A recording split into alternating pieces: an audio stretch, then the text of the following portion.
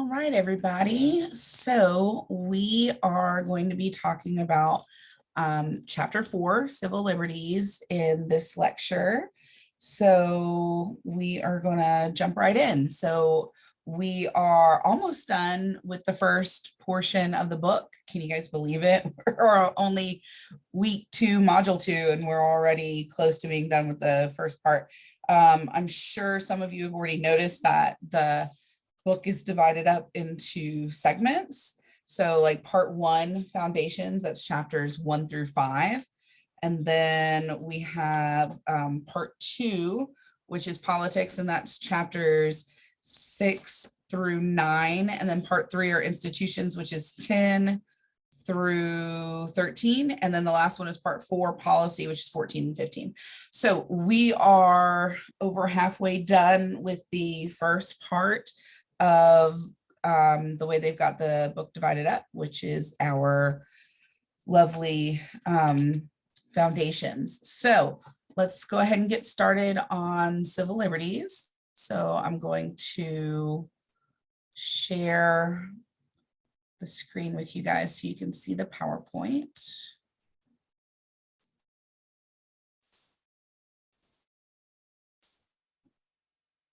Okay.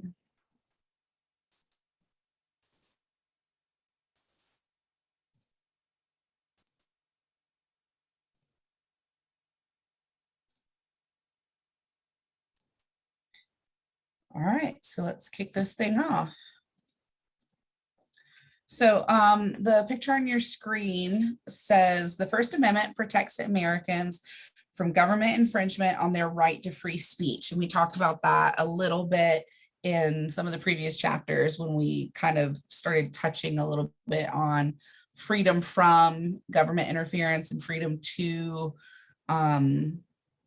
partake in the political process with civil liberties and civil rights. So in the case of the Slants, which is the group in the picture, they use the First Amendment as grounds to reappropriate a term deemed offensive for themselves and their cultures.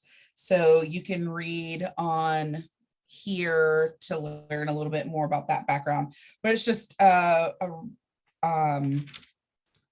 real world example of how they were able to utilize the amendments to benefit what they were in the middle of doing.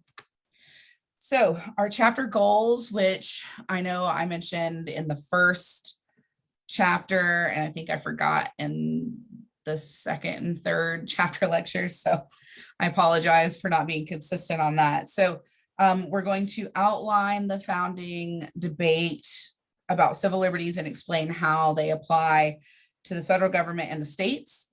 We're going to explain how the Supreme Court has interpreted freedom of religion through establishment and free exercise clauses.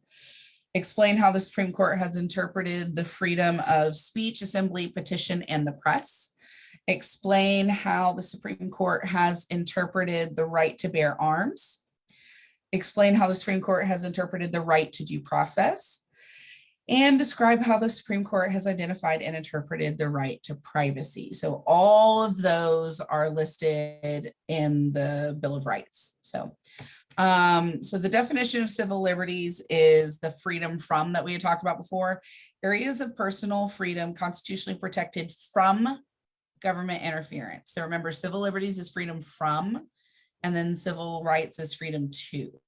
Okay, so this first section talks about why we had the Bill of Rights. We've discussed this before in the founding chapter and the federalism chapter. The anti-federalists were very much opposed to creating the Constitution. They wanted to keep the Articles of Confederation, maybe just like kind of fine tune it. They were very concerned about losing states' rights and losing a lot of their individual freedoms from too much big government at the central level. And they were just concerned about a repeat of what they had left behind in Britain. So some of the examples of our civil liberties from government interference is our freedom of speech. freedom to speak our mind without unnecessary persecution and prosecution from the government, unless noted. There are exceptions and limitations to all of the Bill of Rights, all of our liberties, all of our amendments. There are limitations. You can't yell, fire in a crowded theater without repercussion, right? You can't yell gun in a crowded building, and then people get hurt and then you not be held accountable. You can say it, but there are laws in place where you would be charged with endangering people. So freedom of the press, that's one that is very, very protected, and we'll go into more detail about that as the chapter progresses. Freedom of assembly, that's peaceful protesting, and freedom to worship. So that's the religion, which we'll also be getting into all of these in more detail. So these were civil liberties that were not part of the Bill of Rights. So they were in the Constitution, and what the Federalists felt were sufficient protections. They didn't feel like we needed to add some of the other things. And the Anti-Federalists pushed back on that and said, absolutely not. So this table is on page 91 in your book if you're following along. So Article 1, Section 9 covers habeas corpus, which deals with being accused of crimes. So the definition of habeas corpus is a court order demanding that an individual in custody be brought into court and shown the cause for detention. So this is where you have to be told what you're being accused of and why you're being arrested and detained. Prohibition of bills of attainder. That is, I'm trying to find the wording to make sure I don't butcher it. And of course, now I can't find it.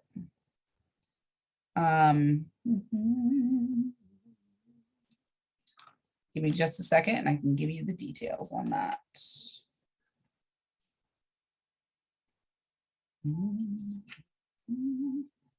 Section 9. So at the back of your book, like I had mentioned before in one of the other lectures, has like the Declaration of Independence.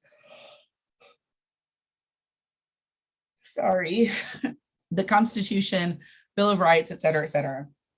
So on A14 and A15, it has Section 9. So when it talks about, habeas corpus, no bill of attainder or ex post facto law shall be passed, which is no capitation or other direct tax shall be laid unless in proportionment to the census or enumeration herein before directed to be taken. Now, I am not an attorney, and that sounds like a lot of foreign jargon, right? Like, it's like reads like another language. So, but apparently they felt like those things were important.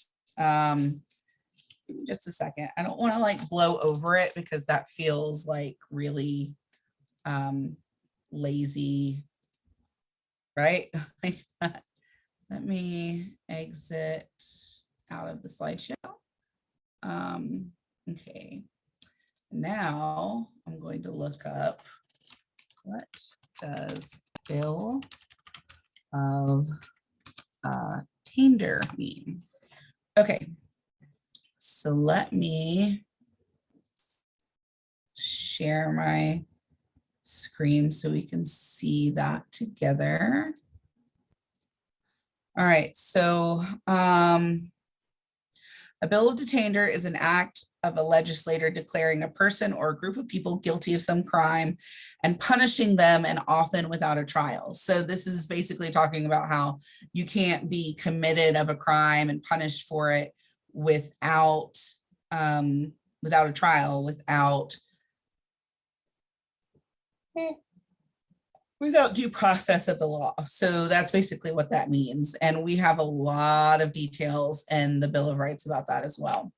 And then ex post facto means An ex post facto law is a law that retroactively changes the legal consequences of actions that were committed or relationships that existed before the enactment of the law.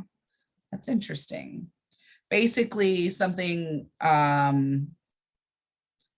retroactively. So like, so it says it's a law that would retroactively make criminal conduct that was not criminal when performed,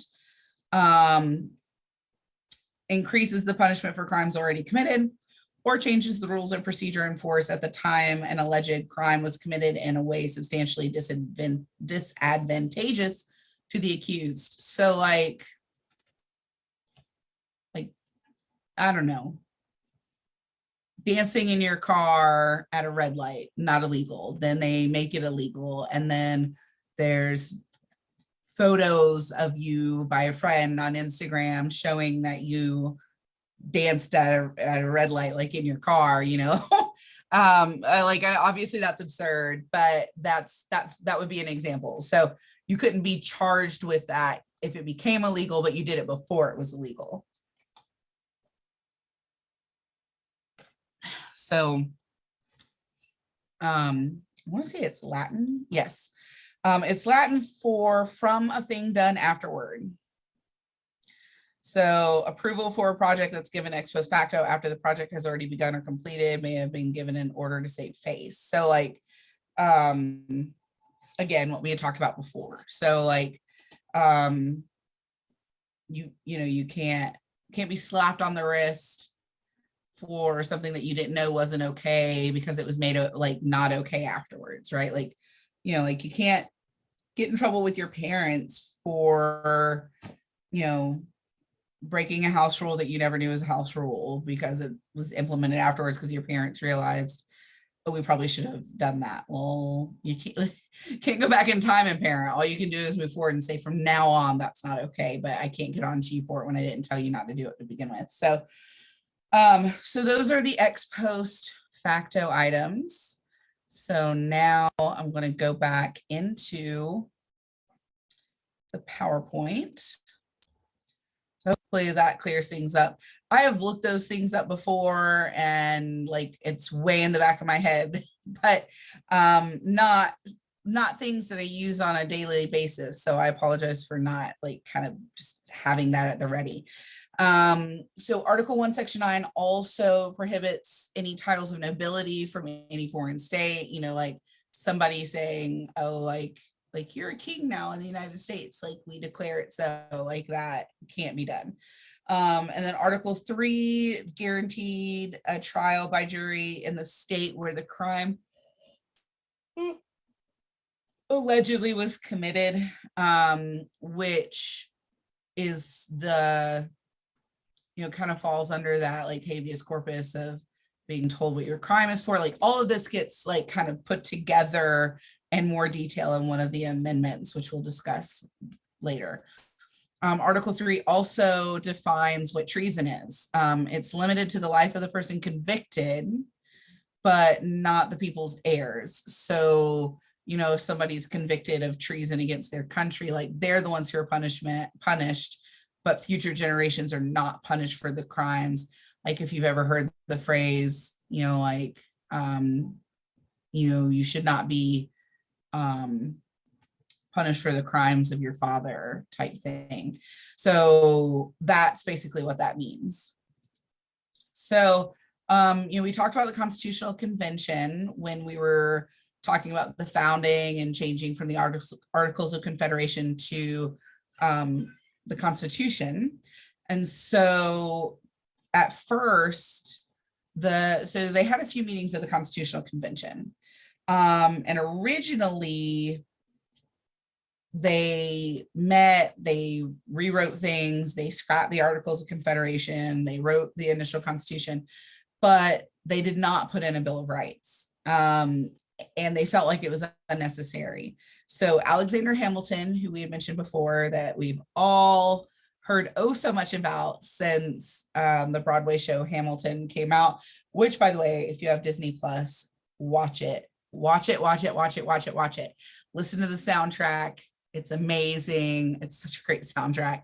And it's such a phenomenal show. I was lucky enough to go and see it in person a few years ago while I was at a marketing conference in Michigan. And it just happened to be there, like on tour the same weekend that I was going to be there. So, I hit that up. So anyways, as a side note, like feel free to watch Hamilton if you got the time and the accessibility, because it is phenomenal. But he was kind of a know-it-all. And if you've seen Hamilton or done any research, you'll know how true that is. So he didn't think it was necessary. And he was basically the leader of the Federalist movement. He became the voice. He did most of the writing. He wrote the majority of the Federalist papers that I had mentioned at the beginning of the semester.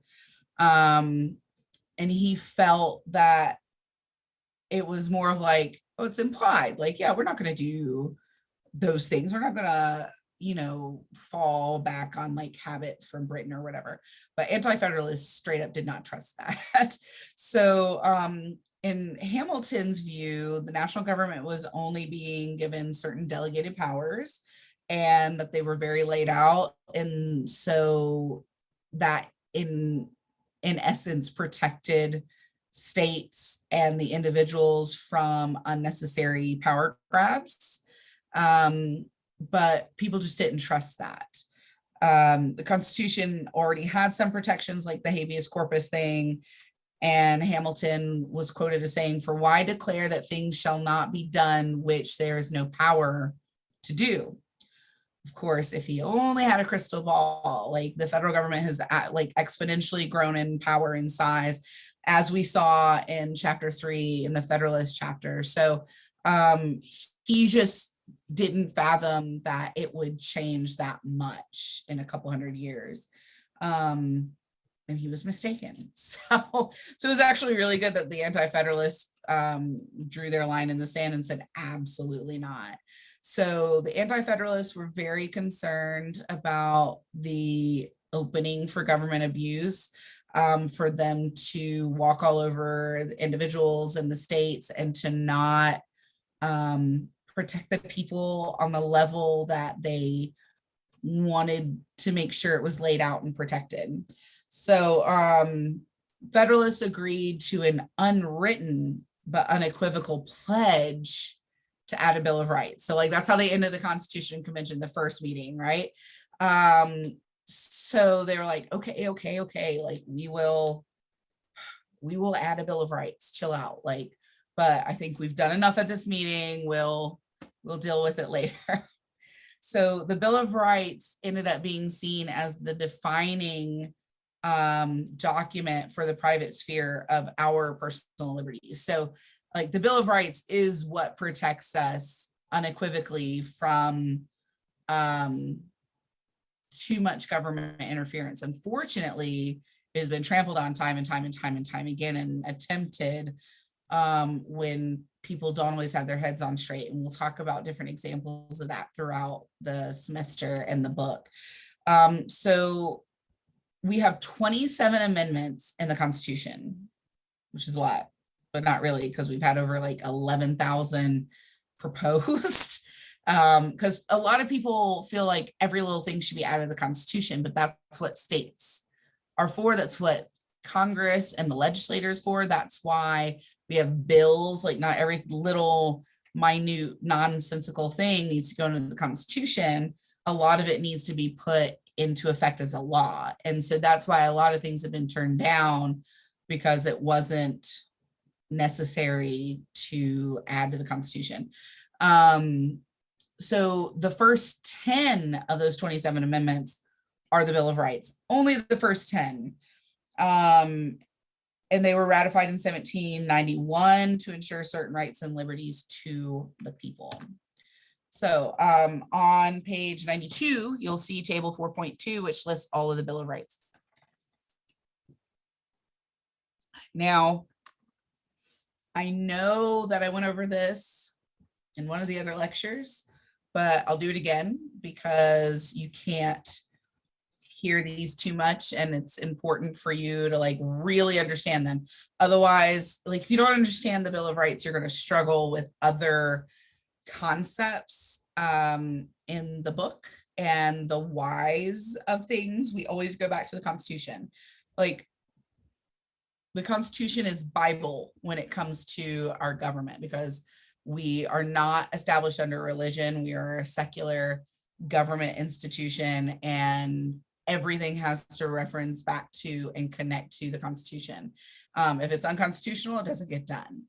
So that's why it's imperative for you, since you're studying this subject for the next 7 weeks now, because we're already a week down, that you understand the Constitution and the Bill of Rights, because it will make a big difference for you for the rest of the semester. So Amendment 1 is what covers the, like, your freedom of speech, your freedom of religion, your freedom of press, your freedom to assembly, and to a petition, like all of those, like the big ones, right? Like the ones you hear people talk about all the time, like that's my right to say what I want to say. That's, you know, I can practice whatever religion I want, yada, yada, yada. All of that's under Amendment 1. Like you hear a lot about Amendment 1, hear a lot about Amendment 2, which Amendment 2 actually has several things in it, but people like really, really focus. I mean, like it mostly focuses on guns, but people only pay attention to a portion of the sentence. So, but anyways, so you hear about Amendment 2 a lot, and then you hear about Amendment 5, like I plead the fifth, right? Like people talk about that all the time. So, but we're going to talk about all of them. So Amendment 1 says Congress cannot make any law establishing a religion.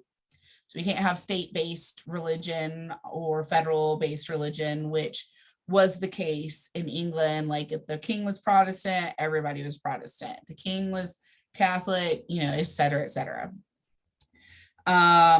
They also can't abridge freedom of religious exercise, speech, press, assembly, or petition. So with the First Amendment, you not only have the ability, or I'm sorry, the freedom to worship as you choose, you also have the right to not worship at all. And a lot of people don't realize that it covers all of that. You know, like you can't force religion on other people in our society. People try. Lord knows we live in the Bible Belt, people try. But as we looked at the numbers in one of the previous chapters, you know, it's like what 38% or 40 some odd percent of the population don't affiliate themselves with any religion as of present. And that's protected to not have anything forced on people by the First Amendment. So, and then of course, freedom of speech, freedom of the press, freedom to assemble and petition peacefully. Doesn't say peacefully, but it's pretty well understood, because you have police powers to enforce, you know, like safety, right? So when things aren't peaceful, then things get violent. Now people aren't safe. So ergo, that's where police powers come into play. That's where the limitation is. So Amendment 2, it says no branch of government may infringe upon the right of the people to keep arms. Now that's the short of it. It's actually much longer than that. So Amendment 2.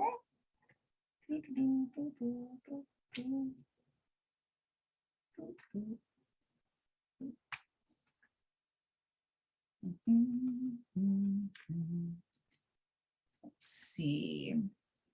Okay. Article 2. Nope, not articles. I want the amendments. Here we go. All right. So Amendment 2, the entire thing says a well-regulated militia, comma, being necessary to the security of a free state, comma, the right of the people to keep and bear arms, comma, shall not be infringed. The Supreme Court has currently ruled that as that individuals can keep and bear arms. Some people say, based on where the comma placement is, that it's only meant for a well-regulated militia, of which we have armed forces now. But that is not the current interpretation of the Supreme Court. So, and a lot of people get frustrated with Amendment 2 in the sense that people say that there should be no limits on gun ownership or backgrounds or any of that because it's their constitutional right to have a gun. However, if you recall with the express powers and implied powers and delegated powers and all of those things, the government has the right to enforce things for the health and safety and well-being of the people. And so therefore, limitations can be implemented. Just like there are limits on freedom of speech, there are limits on gun ownership where convicted felons can't unless they've had their rights restored, and background checks have to be done, and that sort of thing. So, and we'll talk about that in more detail later on. So Amendment 3 says that you cannot arbitrarily take houses for militia. So at one time, because militia was more like, the farmers and stuff and their muskets and everybody just gathered up to defend the country as a whole, right? And now it's more specific to armed forces. So what would happen is like people, the people who would, be signed up to be part of the military as they are marching through, if they needed to stop and rest, they'd, hey, ma'am, how's it going? We need to take over your couch for a day or two.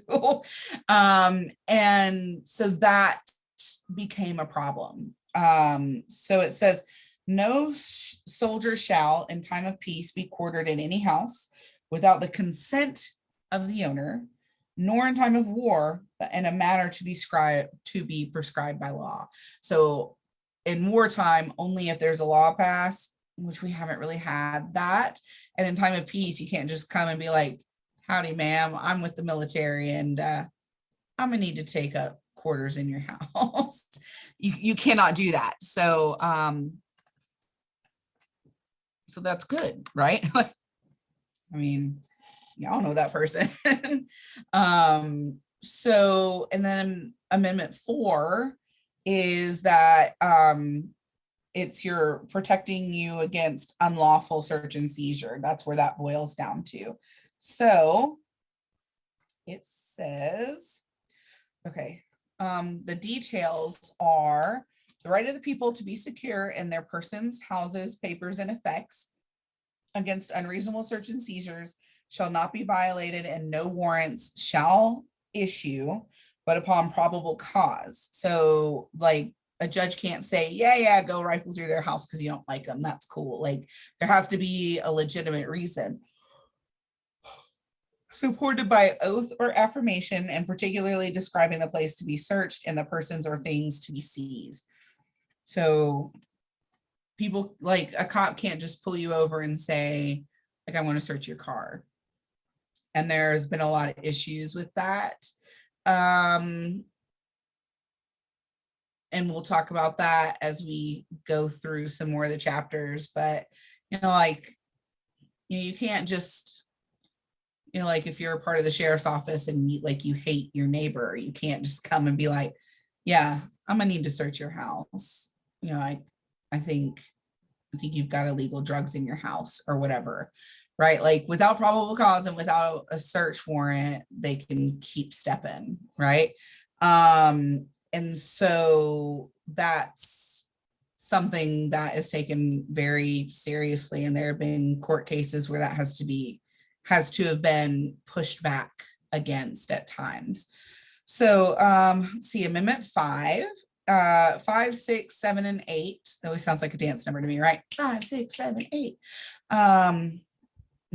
So it all has to deal with your rights if you're being accused of a crime. Okay, so Amendment 5, court can not hold trials for serious offenses without a provision for a grand jury. It also talks about how you cannot be tried more than once for the same offense. That's also under Amendment 5. I hate the way this table breaks it up. Property cannot be taken without just a compensation. That's also 5. If you're looking at A21 in the back of your book, you can see, let me make sure I've got this lined up right so you can see. So like it's down here, like Amendment 5, it's this really long paragraph here. So no person shall be held to answer for a capital or otherwise infamous crime unless on a presentment or indictment of a grand jury, which a grand jury, and we'll go into more detail about this when we talk about like the judicial court system, but a grand jury is only defined only to decide whether or not there's sufficient evidence to bring charges forth and to have a jury trial. So that's what a grand jury does. Except in cases arising in the land or naval forces or in the militia, when in actual service in time of war or in public danger, nor shall any person be subject for the same offense to be put twice in jeopardy of life or limb. So say you're accused of first-degree murder of, John Doe, and you're found innocent. You cannot be taken back to court for first-degree murder charges of John Doe. Now, if more evidence comes to light and they're like, dang, like we got this person, they can go after you for like manslaughter or some other crime, but like they can't charge you for that like exact same thing. So it's kind of tricky. Nor shall be compelled in any criminal case to be a witness against themselves. So that when people say, like when you see it in the movies and TV shows and stuff, I plead the fifth. That's what that's talking about. Like basically not ratting yourself out, not incriminating yourself. Nor be deprived of life, liberty, or property without the due process of law, nor shall private property be taken for public use without just compensation. So for those of you who live in Panama City, we're all very familiar with the flyover and the expansion of Highway 390 to the flyover and from the flyover, and all of those businesses that are like slowly shutting down and moving elsewhere, like Quorum's on 23rd Street, like they just shut down and their building got demolished and they're moving like somewhere on 15th Street. Los Antijitos is a perfect example of that. They were like this little hole in the wall restaurant over close to the bridge, like on 15th Street, if I remember correctly. And it was pretty gross. Like the one or two times I went in there with other people, like there were bugs, I mean like visible bugs at anyways. So they were one little like hole in the wall restaurant. And as the bridge started to be expanded, it needed to go right where they were. So they got like a nice little check from the government for that expansion to basically buy their property. And they used that and turned it into like that really nice, beautiful restaurant that they have down in St. Andrews. And they're like largely successful. I don't necessarily think the food is any better or the service. No offense to anybody who might be related to anybody, or if you work there or whatever, but I'm a Los Rancheros girl myself. So, but they definitely took that and like ran with it, because I mean, they are very successful. Like I can't, fault them at all. Like they picked a great location and they made it work incredibly well for themselves. And now they're like on a whole other level of like restaurant than they were before. And all of those places that are like being shut down are all getting like checks from the government, which is the just compensation for having to either completely close their business and like be done and go off and do something else, or to like relocate. It's up to them. Like they get the check and they just have to like be off the premises for it to be demolished.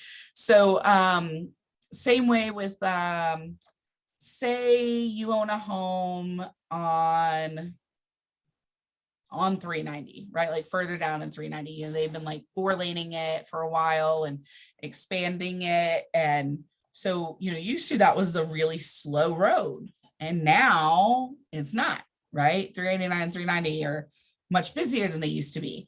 And And so as they're expanding, where do you think that, I mean, that road isn't just magically appearing. They're not taking like a 2-lane and turning it into a 4-lane without having to expand the road somehow. So the way they do that is they're encroaching on private property. And so they have to pay those people to basically take some of their land so that way they can 4-lane it. And so that's another example of just compensation. Let's see. So that's all of Amendment 5. Amendment 6 talks about having a speedy trial, being presented with what you're being charged with, and having the opportunity to confront anyone accusing you of the crime as well. So Amendment 6, it says, in all criminal prosecutions, the accused shall enjoy the right to a speedy and public trial. Now, speedy is subjective, right? Like during the pandemic, everything got shut down. So people are sitting in jail waiting for their day in court. It's as speedy as it can be. After the hurricane, right? Like everything was shut down for a while. And so speedy isn't always speedy in what, like, right? That like that's a subjective, like there, it's not like a specific deadline, but it's as soon as can reasonably be made for. By an impartial jury of the state and district wherein the crime shall have been committed. So like the court case has to be like where the accused, like alleged crime took place, which districts shall have been previously ascertained by law, and to be informed of the nature and cause of the accusation, to be confronted with the witness against him, to have compulsory process for obtaining witnesses in his favor, and to have the assistance of counsel for his defense. Now, Amendment 6 is interesting. So the way this reads, anybody can have counsel for their defense and assistance if they need it. So we'll talk about that a little bit later, but that wasn't always the way it was interpreted. So, but we'll talk about that a little bit later. So Amendment 7, you'll see the chart talks about the trial jury. So Amendment 7 says, in suits at common law where the value in controversy shall exceed $20, the right of trial by jury shall be preserved, and no fact tried by a jury shall be otherwise re-examined in any court of the United States than according to the rules of the common law. So like that ruling is the way it is. They can't just be dragged back and forth again and again, like if say they're found innocent. Now we also have like an appeals process, which is the common law thing they're discussing, like if you're found guilty to be able to appeal a case. Of course, the prosecution can also like appeal a decision if they disagree with the judge's ruling. And then the table talks about Amendment 8, which is bail and punishment not being excessive. So Amendment 8 specifically, it's very, very short to the point. It says, excessive bail shall not be required, nor excessive fines imposed, nor cruel and unusual punishment inflicted. Now, people who are opposed to the death penalty say that anybody who has the death penalty and utilizes the death penalty is in violation of Amendment 8 of the Bill of Rights and is in violation of the Constitution because they deem that to be cruel and unusual punishment. And the workaround has been, okay, well, we got away from hangings and we got away from firing squads. We got away from, like, and a lot of people don't use the electric chair. And so they found more humane ways to put someone to death. But we'll talk in more detail later about how it's not foolproof, and we'll play a little devil's advocate back and forth on that. So, so those are Amendments 5, 6, 7, and 8. So Amendments 9 and 10 are the last two for the Bill of Rights. So Amendment 9 states that the enumeration of the Constitution of certain rights shall not be construed to deny or disparage others retained by people. So basically the way this says is that certain rights in the Constitution should not be interpreted to mean that those are the only rights people have. That's what Amendment 9 means. So it's not just, well, if it's in the Bill of Rights, then you're covered, and if you're not, you're SOL. Like other rights can be assumed by laws, and additional protections and things like that can be implemented. But they kind of just wanted to cover some of the big overall encompassing things. And if you notice, most of the Bill of Rights is against the government taking excessive and undue and illegal action against people when it comes to crimes, right?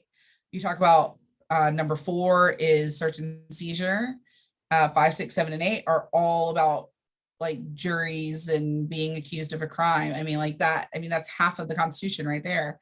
So, and then Amendment 10 states that all the powers not delegated to the United States by the Constitution, nor prohibited by it to the states, are reserved to the states respectively, or to the individual people. So basically, if the Constitution and the amendments do not give the power specifically to the federal government, or say specifically that the states can't do it, then the rest of it all goes to the states and or to the individual people, depending on how things are worded and what the issue is. So that was the original intent. So by doing that, that was originally, you know, for much smaller federal government. And then as we saw in chapter 3, that didn't maintain because of the Great Depression. Like it really kind of threw us on our access and really changed the game, to be honest. So and we'll talk about that some more any day. Okay, so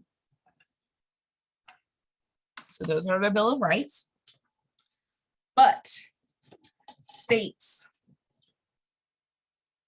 even though the Anti-Federalists, who were very much states' rights people, fought for the Bill of Rights, the state governments were like, make us. We ain't got it. We're not gonna. Can't make us. We're not gonna do it. So the Bill of Rights was originally something that the states viewed as only applying to the federal government, not to the state governments, that they didn't have to abide by that. Now, there was a court case, as listed here, in 1833, Barron v. Baltimore.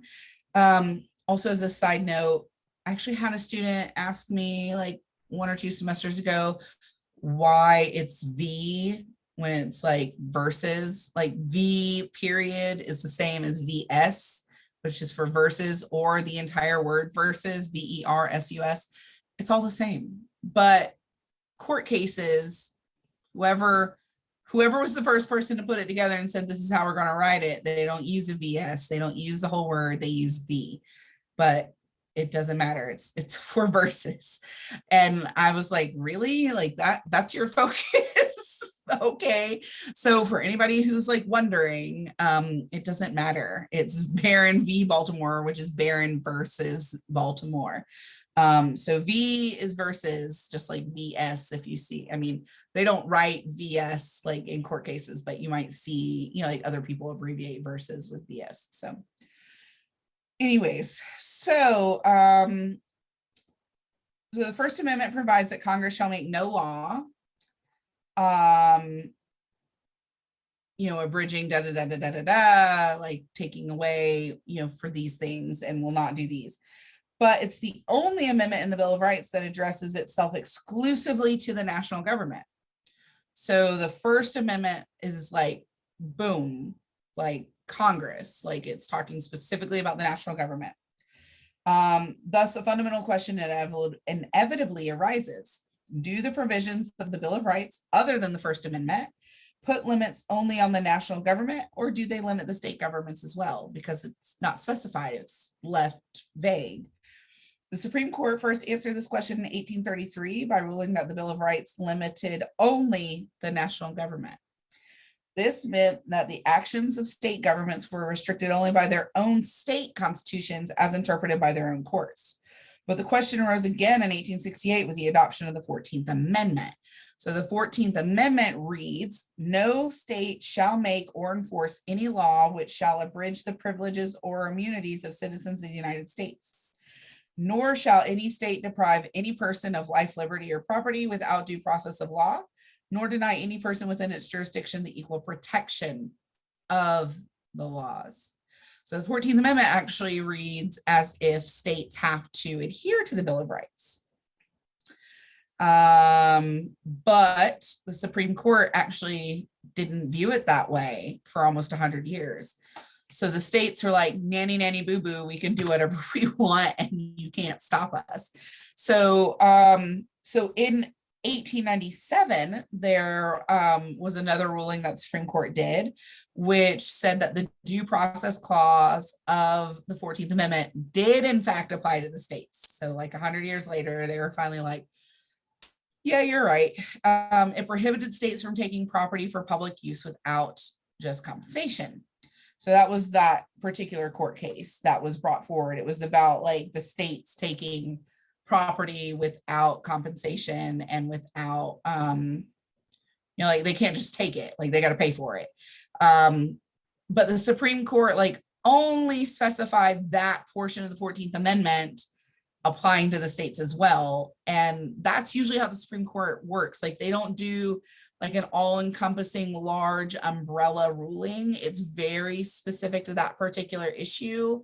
And they piecemeal the heck out of it, which is frustrating, but like, so that way they're not making sweeping declarations and making all these massive changes, because that's not formally the role of the Supreme Court. Their role is to interpret laws and whether or not it is valid and constitutional with the Constitution, right? And with the amendments.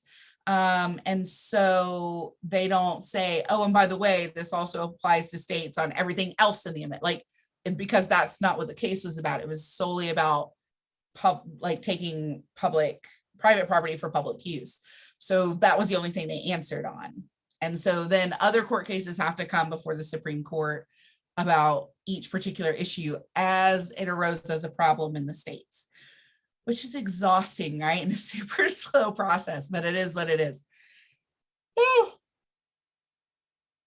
So civil liberties did not expand through the 14th Amendment again until 1925, when the Supreme Court held that freedom of speech is among the fundamental personal rights and liberties protected by the due process clause of the 14th Amendment from impairment or, being stopped by the states. So because that was a particular case that was brought before them. It says also in 1931, the Supreme Court added freedom of the press. And then 1939, it added the other First Amendment freedoms. So freedom of the press and freedom of the assembly and petition of the government ended up applying to the states as well, because those were court cases and things that were brought to them. And then in 1937, there was a case that established the principle that's known as selective incorporation. So the definition of selective incorporation is the process by which different protections in the Bill of Rights were incorporated into the 14th Amendment, thus guaranteeing citizens from state as well as national governments. So basically, provisions of the Bill of Rights could be selectively applied as limits on the state through the 14th Amendment. So let's see, your book says, and that court case was Palco v. Connecticut. The court affirmed the state's existing power to determine their own laws on a number of fundamental civil liberty issues. Connecticut court had found Palco guilty of second-degree murder and sentenced him to life in prison. Unhappy with the verdict, Connecticut appealed it to the state's highest court, won the appeal, and succeeded in getting him convicted of first-degree murder in a new trial instead of second degree. Palco appealed to the Supreme Court on what seemed an open and shut case of double jeopardy, which is prohibited in the Fifth Amendment, right? Cannot be charged for the same crime twice. The majority of the court, however, decided that protection against double jeopardy was not one of the provisions the Bill of Rights incorporated into the 14th Amendment as a restriction on the powers of the states. Not until more than 30 years later did they reverse that ruling. So it's really important to understand that Supreme Court is made up of people, right? People think subjectively. Law is always interpreted subjectively. It is not black and white. It is not clear cut. That's why we had segregation, then came back and said, maybe we shouldn't have segregation. So it really depends on the era of time that we're in, the evolvement of our society, and who's on the court, to be frank. So they ended up reversing the ruling, but Palco was eventually executed for the crime. So keep that little feather in your hat, that little nugget when we talk about the death penalty. So the Palco case described the principle of selective incorporation, by which each provision of the Bill of Rights was to be considered separately as a possible limit on the states through the 14th Amendment. So there's a table on page 95, table 4.3, labeled Incorporation of the Bill of Rights into the 14th Amendment. So it talks about our slow process of finally incorporating the Bill of Rights and like down the line, like not just national government, but states too. And it takes us bloody forever to do it. It's ridiculous. So today, only the Third and Seventh Amendments remain unincorporated, though it should be noted that almost every state voluntarily complies with the Seventh Amendment's requirement of jury trials, because they haven't been brought to the Supreme Court to be said, yeah, that should be applied to the states. So it's kind of ridiculous. So let me see if it shows 4.3. Okay, yes. I'm going to go back to the other one here in a second, but incorporation of the Bill of Rights into the 14th Amendment. So the first thing that was decided was that in 1897, the eminent domain, that's like not taking property without just compensation. So the Supreme Court said, yeah, that falls under 14th Amendment. That applies to the states too. Then in 1925, freedom of speech, 1931, freedom of the press, 1934, freedom of religion, 1937, assembly and petition, 1940, another religion case, 1947, non-establishment of a state religion, as in, you know, like states can't say, oh, well, we're going to focus and we're going to be this religion as a state. And we would have to like read the details on that court case. But since it's Board of Education, I'm assuming there was something about public prayer or, you know, like prayer in the schools or something along those lines. 1961, freedom from warrantless search and seizure. So that's Amendment 4. 1962, cruel and unusual punishment in Amendment 8. 1963, right to counsel in any trial. This one is an interesting one and one we'll talk about in more detail. Gideon v. Wainwright. It actually happened here in Panama City, Florida, because of course it did. Florida's always got something going on, right? So anyway, so we'll talk about that. 1964 is the Fifth Amendment, like for self-incrimination. 1964 of Sixth Amendment, your right to counsel. That is kind of what happened in Gideon v. Wainwright, but it was a slightly different situation. 1966, we'll talk about that for sure. The right to remain silent in Miranda v. Arizona. 1969, double jeopardy with the Fifth Amendment. 2010. Okay, so 1969, we have gone through amendments 1, 1, and then 5. See, 5, 6, 8, and then all of these other ones are 1, 4. So 1, 4, 5, 6, and 8. All right. So now we haven't talked about 2. We haven't talked about 3. We haven't talked about 7. 2, 3, and 7. Okay. So from 1969 to 2010, 2010 is the next time the Supreme Court takes up anything to incorporate the Bill of Rights at the state level. Now, most of the states just kind of took it on and did it anyways, but obviously there were things that have been created that just hadn't been pushed back on, so it finally was. So in 2010 was the right to bear arms, and that was when the Supreme Court said that it applied to the states and applied for individuals to be able to keep and bear arms. In 2019, that is Amendment 8. Is that 8? Yes, 8, excessive fines being prohibited.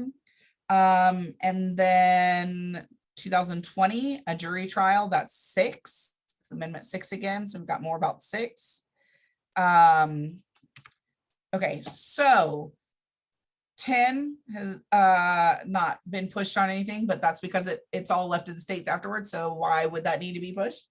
9, nobody's talked about really 9 on here. So there are several that the Supreme Court still hasn't even taken up that the state could say, we got a problem with that. So we've got 1, 2, 4, 5, 6, and 8. So not 3, 7, and 9. So number 3 is the take houses for militia. Hopefully that's never taken up. Hopefully the state guard, you're right, like the Florida State National Guard or something, doesn't say, knock on your door and say, I need to chill in your house, if that's cool. So hopefully that doesn't have to be applied at the state level. Hopefully that doesn't happen. And then 7 has not been brought forward, which is the trial jury. But again, like your book says, pretty much everybody sort of goes by that, and it hasn't been challenged yet. And then 9 is that the Constitution is not interpreted to mean that those are the only rights people have. So hopefully that one doesn't really have to be challenged either, because we've shown over and over again, we have additional laws and protections and things like that. So really number 7 is the only one that could be problematic for any state that doesn't offer a jury trial. But it took to 2020 before all these other things were covered. What in the world? Come on now. So the states fought incredibly hard to not have to follow the Bill of Rights, which rubs me the wrong way. By golly, I'll tell you what, that frustrates the stew out of me that the states are going to be that difficult. It's not cool. So that handles the first chapter goal, outline the founding debate about civil liberties and how they apply to federal government and the states. Woohoo! Chapter goal 1 down. So now chapter 2, explain how the Supreme Court has interpreted freedom of religion through the establishment and free exercise clauses. So here is what they talk about with religion in the First Amendment. Congress shall make no law respecting an establishment of religion or prohibiting the free exercise thereof, or abridging the freedom of speech or of the press, or the right of the people peaceably to assemble and to petition the government for a redress of grievances. So there are 2 parts to the religion. Okay, let's break it down. Congress shall make no law respecting an establishment of religion. Okay, make no law respecting an establishment of religion. So that's saying Congress cannot create a national religion for people to follow. Second part, or prohibit the free exercise thereof. So Congress can't stop you from practicing or not practicing a religion, right? Like they can't get involved in that. And as we saw at some point, the Supreme Court said, yeah, this goes for the states too. Like the states can't do it either. So 2 parts to Amendment 1, the section about religion, that's the Establishment Clause and the Free Exercise Clause. You will see those things again. So you need to understand what the Free Exercise Clause is. The Establishment Clause first and the Free Exercise Clause second. The Establishment Clause, First Amendment clause that says Congress shall make no law establishing a religion. So no government in the United States make a religion, okay? That's the Establishment Clause. They can't establish a religion, right? Simple enough. The Free Exercise Clause, First Amendment that protects the citizen's right to believe and practice whatever religion he or she chooses or chooses not to participate in, right? So that's you do you, we're not going to interfere in it. The caveat to that is like, if your religion says that we have to sacrifice small children between the ages of 6 and 8, the law's going to step in on that, right? Because that's a police power involvement. That's the health and safety and morals of its citizens, because we as a general rule do not agree with sacrificing people for the sake of religion. That's very Old Testament, right? We don't do that anymore. So you can't practice anything you want in a religion. Like, again, there are limitations when it comes to things like that. But as a general rule, the government's not going to like step in because, you want to worship, like an odd deity or whatever. So the Establishment Clause has a few different interpretations. One view is that it prevents the government from establishing any sort of church, right? Like an official church. And that reflects the views of most of the people who write about and study the First Amendment. Second view is that government can't favor one religion over another. So like if a government or a church needs assistance for whatever, like, and they apply for some kind of grant or, whatever, like the government can provide funds to institutions, but they can't show favoritism. Like they can't just give money to like Southern Baptists and then ignore like the Jewish community or the Muslim community or whatever, right? Like they can't show favoritism to one group or the other. So those are the 2 things that people look at with the Establishment Clause. No official religion or church created by the government, and can't show favoritism. Like you can't make it look like it can't come across that you favor one or the other for any particular reason.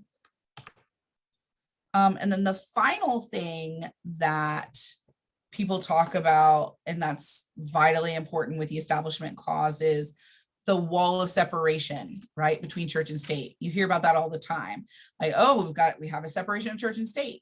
So that is, government cannot breach the wall between church and state. Like they can't be getting all up in the church's business about like its inner workings, as long as it's not harming somebody else. Like if it's a case of like molestation or something in the church, obviously like the government can get involved in accusations of that because that's a crime. But like just like the general practices of a religion or whatever. There is disagreement, however, over the height of said wall of separation. For example, people push back about prayer in school and public displays of religious symbols and in schools or in government buildings. And so that has been something that has been regularly pushed back on. A lot of people believe that, okay, if it's a public school, and the rulings on this have been pretty clear too. If it's a public school, you can't lead prayer. Like a teacher can't say, okay, everybody gather up, we're going to pray now. Students can choose if they wish to like individually pray, for whatever. But it can't be like a school-ed thing.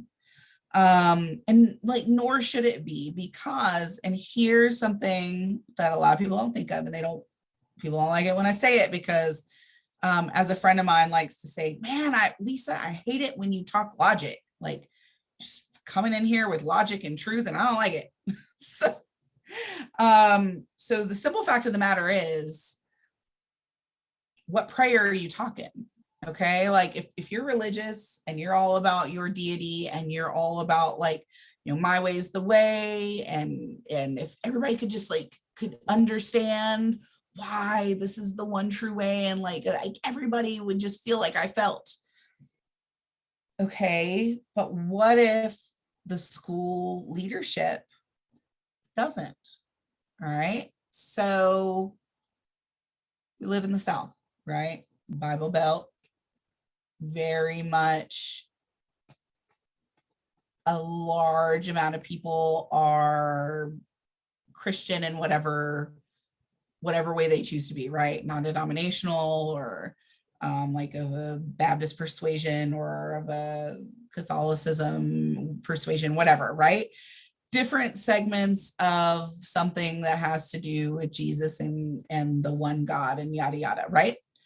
Okay, well, that sounds well and good. What if you push for prayer to go back into school and it's led by the teachers in the classrooms?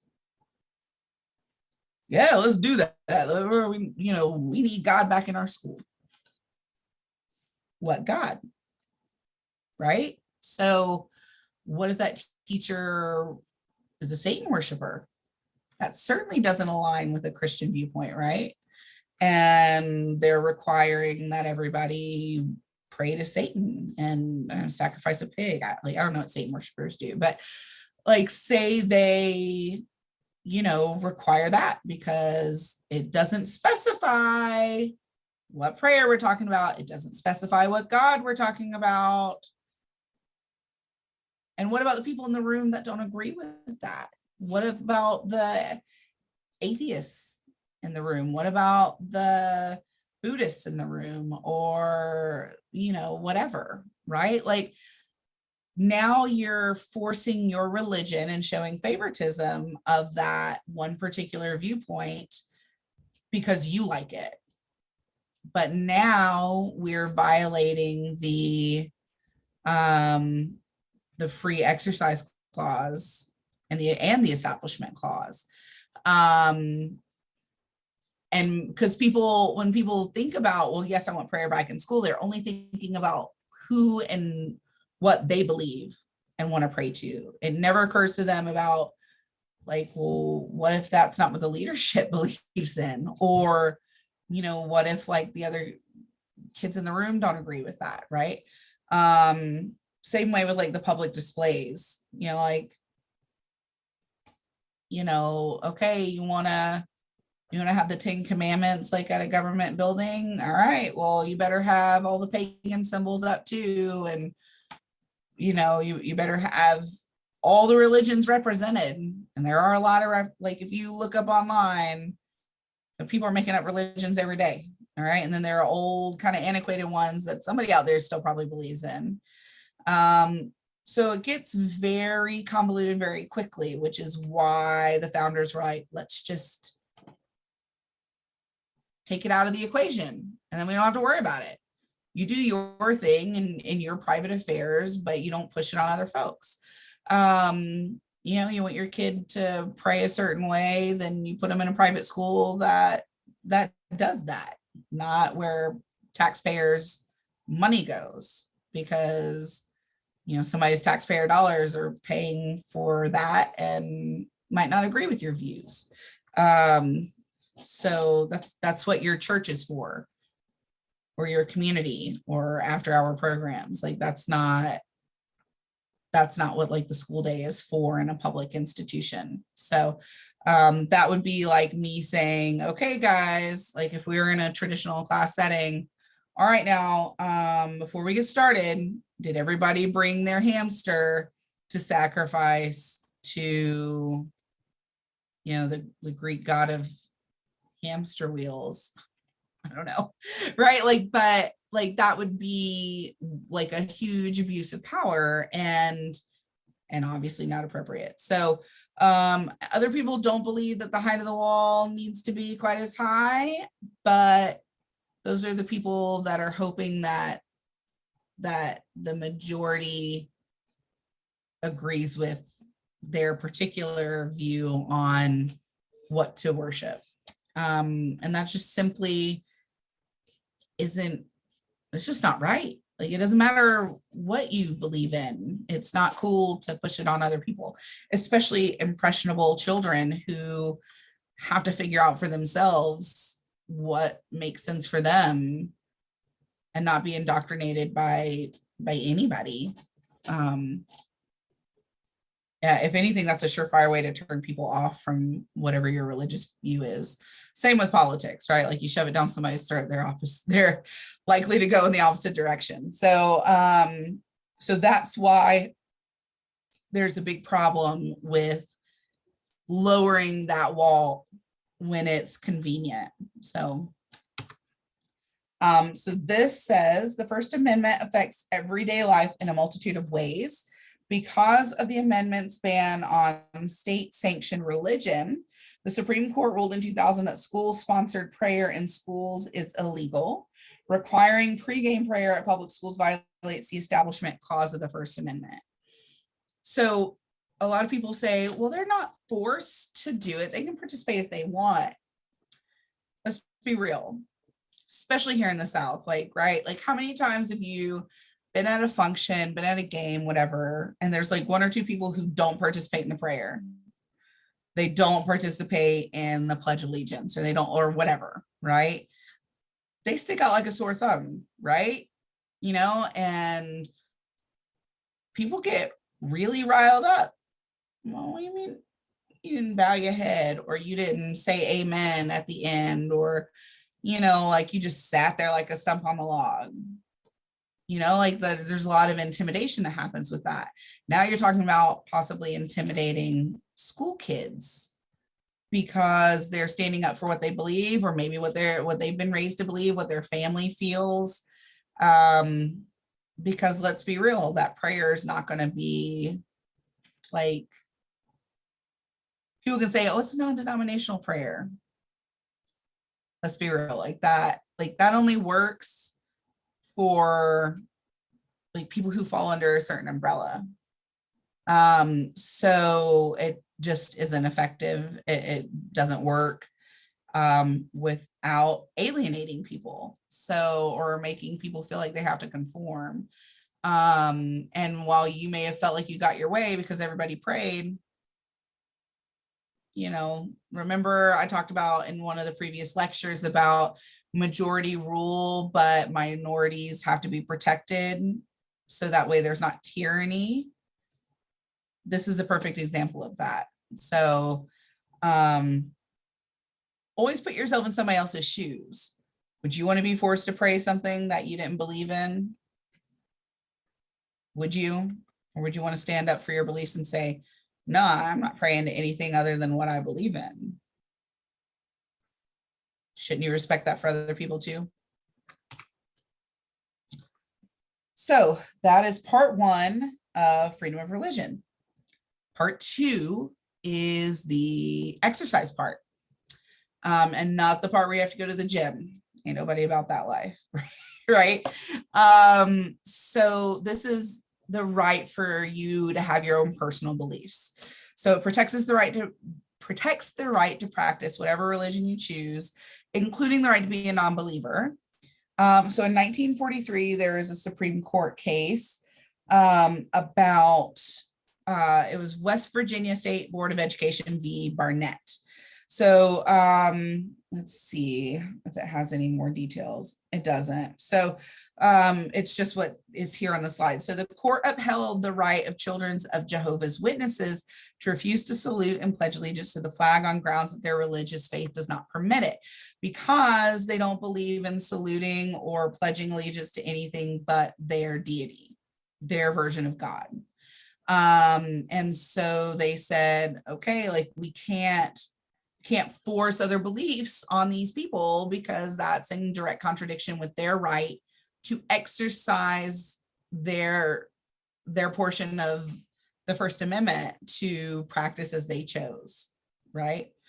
And then in 2014, the court found that the government could not compel a closely held business to provide birth control for employees against the owner's religious beliefs. And that was in Burwell v. Hobby Lobby in 2014 as a result of the Affordable Care Act. So the owners of the craft stores said that the ACA requiring employers to provide female employees with free contraceptives violated their religious beliefs as protected by the Religious Freedom Restoration Act. It was enacted in 1993, requiring the government to prove a compelling interest for requiring individuals to obey a law that violates their religious beliefs. And there's like pushback on that. A lot of people say, okay, well, that's the owners, but like we're talking about like a business. Businesses aren't people. But this led the way for other cases to come forward where businesses have been treated as people. And then the people under those businesses have been screwed as a result. So, but then a lot of people say, well, then just work somewhere else. We also know how well that works, right? Like working somewhere else. Like what if you live in small podunk nothing and Hobby Lobby is like one of 3 places to work, you know? It's not an option for everybody to just move and take on other jobs, but regardless, that's how the court ruled. So before we get out of religion, I want to give a real quick fun. See, stop the share of this. I want to show you guys a little fun example of freedom of religion. For those of you who are like shaking their heads or cursing about me right now, that's freedom of religion. Not giving my opinions, giving you what the law says and why the law says it, and trying to give real world examples to that. But for those of you who are feeling like you need to like pray for my soul right now, this might not help.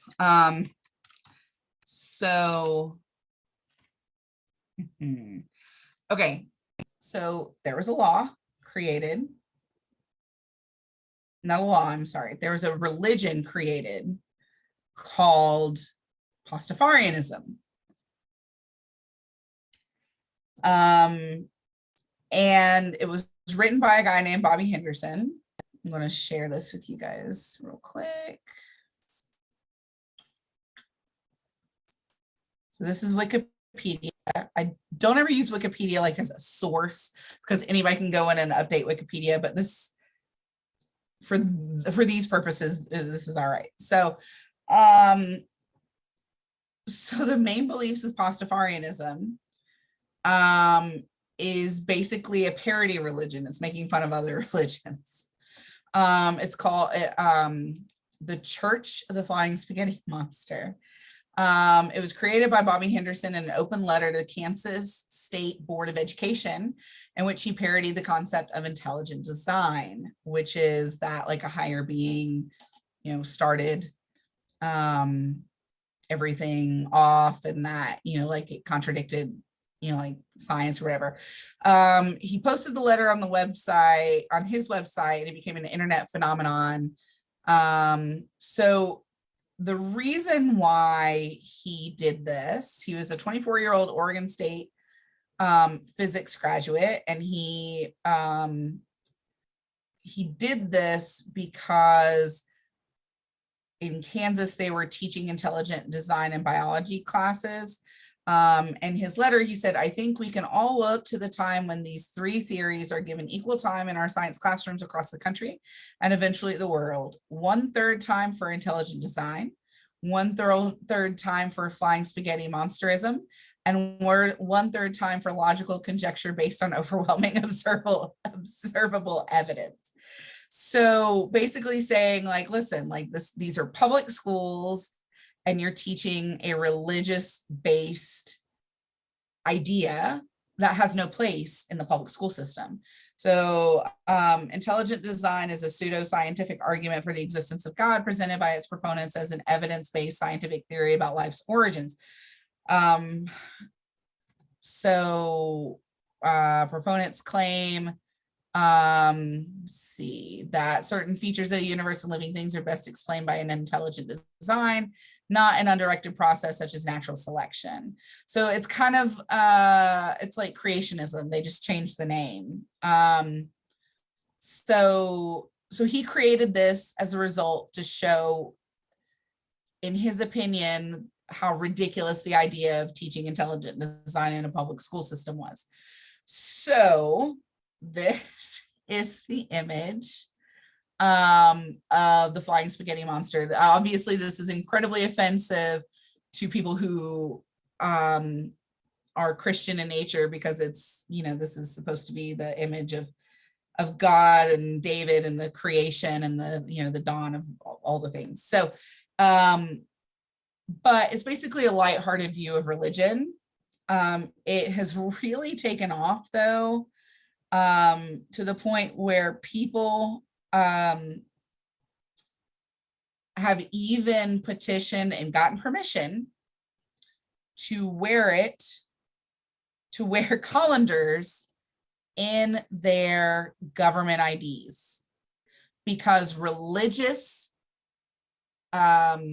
symbols like crosses and things like that are allowed to be worn in government identifications. So in 2011, Austrian Pastafarian Nico Alm won the legal right to be shown in his driver's license photo wearing a pasta strainer on his head. After 3 years spent pursuing permission and obtaining an exam certifying that he was psychologically fit to drive. He got the idea after reading regulations allowing headgear in official photos only when it is worn for religious reasons. Some sources report that the colander in the form of the pasta strainer was recognized by authorities as a religious headgear Pastafarianism in 2011. This was denied by authorities, saying that religious motives were not the reason to grant permission for the headgear in a passport. So, so people who have done this, like, it's obviously generally like a kind of a joke, basically saying, like, well, you allowing one, not allowing something, but then allowing something else, like it why are you showing preferential treatment? So, so anyways, so yeah, people wear colanders when they're practicing Pastafarianism. You can see here that somebody even dressed up as the flying spaghetti monster for some kind of event. You'd have to read all of this, I guess. Pastafarians say that separation of church and state precludes the government from arbitrarily labeling one domination religiously valid, but another an ordination mill. So this talks about how they fought to give credentials to officiate weddings under Pastafarianism. The first one occurred in New Zealand in April 16th, 2016. So there you go.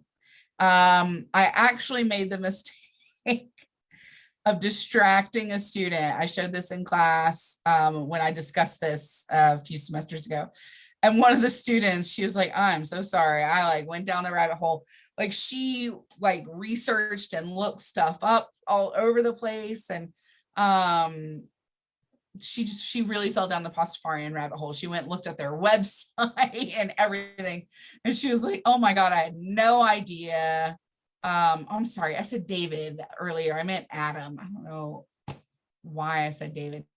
In the creation piece, it's obviously supposed to be Adam and God. I really don't know where David came from. So anyways,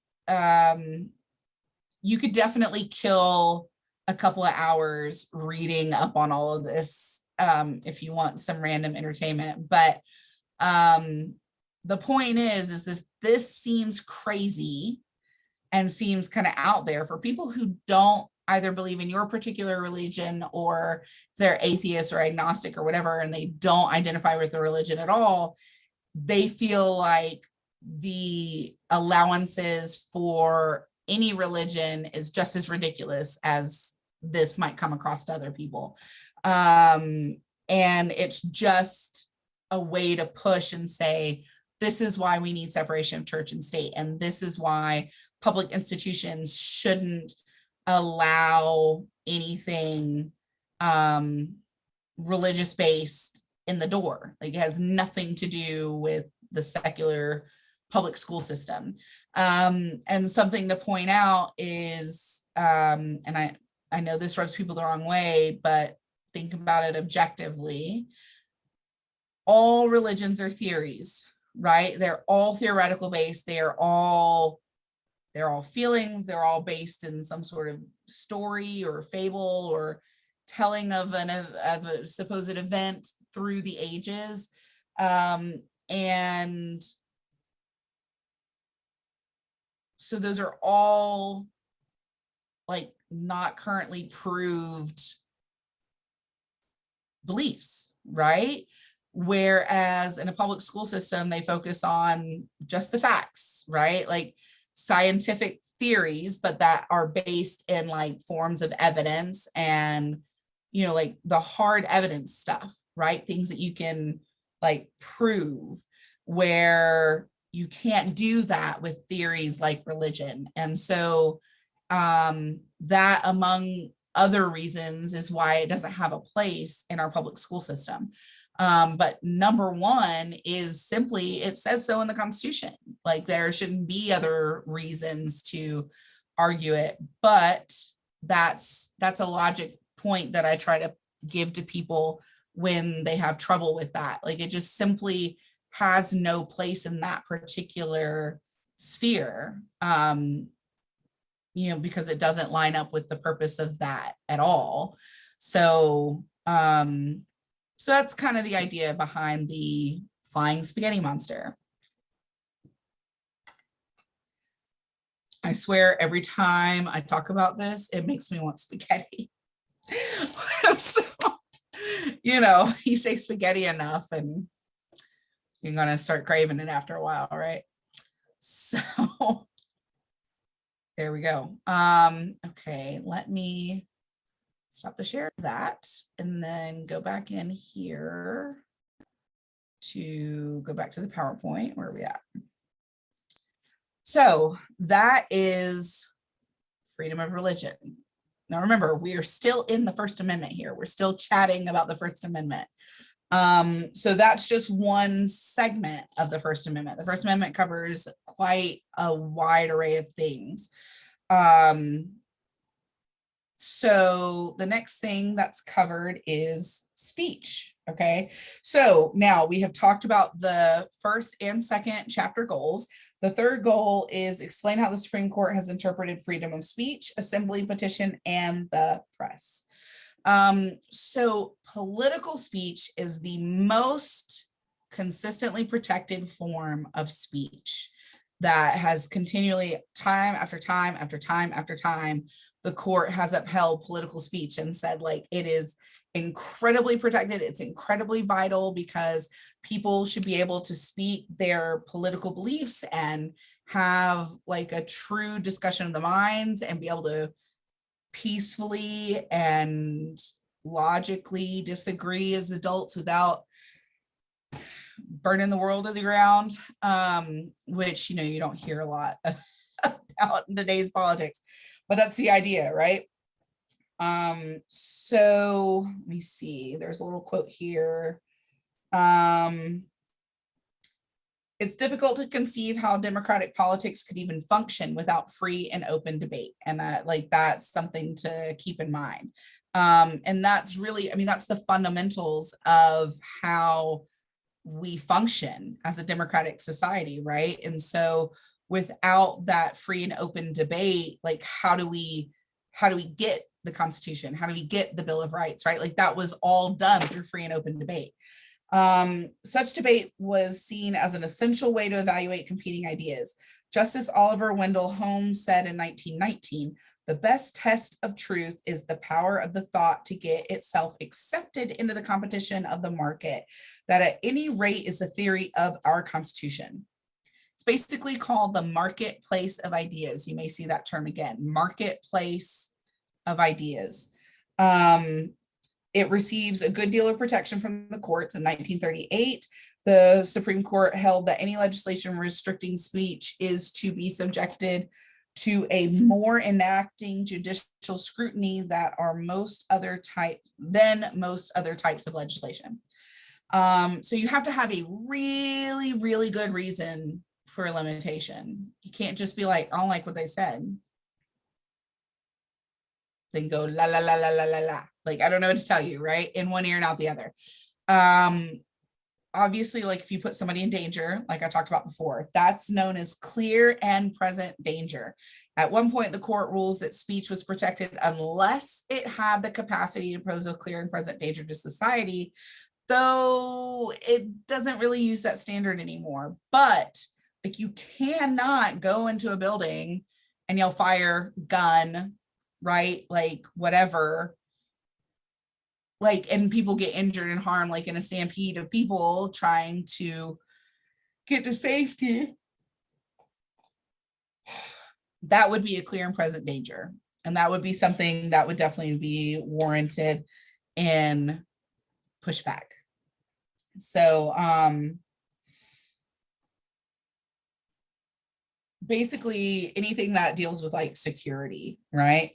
The first and foremost test for when government intervention and censorship can be permitted is clear and present danger, but it isn't utilized very often anymore. It's largely been discarded. Since the 1920s, political speech has been consistently protected by the courts, even when judges acknowledge that speech was insulting or outrageous. So now we're talking political speech. Clear and present danger would still apply in like general speech where you're going and saying something stupid like gun in a movie theater, right? So it extends to different actions expressing political ideas. That includes donating to causes, to protests, to candidates, because the Supreme Court ruled that financial donations to something like that is a form of free speech, because money facilitates free speech, because now you can buy more political ads, you can send out more mailers, like you can't do any of that stuff without money. So it facilitates more free speech of that particular idea or candidate, et cetera, et cetera. So that is a protected form of political speech as well. So that's important to understand, because a lot of people don't understand why it takes a lot for limitations to be placed on like dollar amounts and how much you can donate and things like that. So in 2010, there was a case called Citizens United v. Federal Election Commission. The court struck down a ban on corporate funding of political advertisements supporting or opposing particular candidates on the grounds that that this spending is political speech that the Constitution prohibits the government from regulating. In 2014, they again expanded that protection of campaign expenditures under the First Amendment by overturning limits on the total amount an individual can contribute. As a result of this decision, wealthy donor contributions to presidential candidates skyrocketed in 2016. Republicans hailed the decision deregulating campaign spending, while Democrats denounced them. Obama called Citizens United a major victory for big oil, Wall Street banks, health insurance companies, and other powerful interests that marshal their power every day in Washington to drown out the voices of everyday Americans. So that's the pushback against,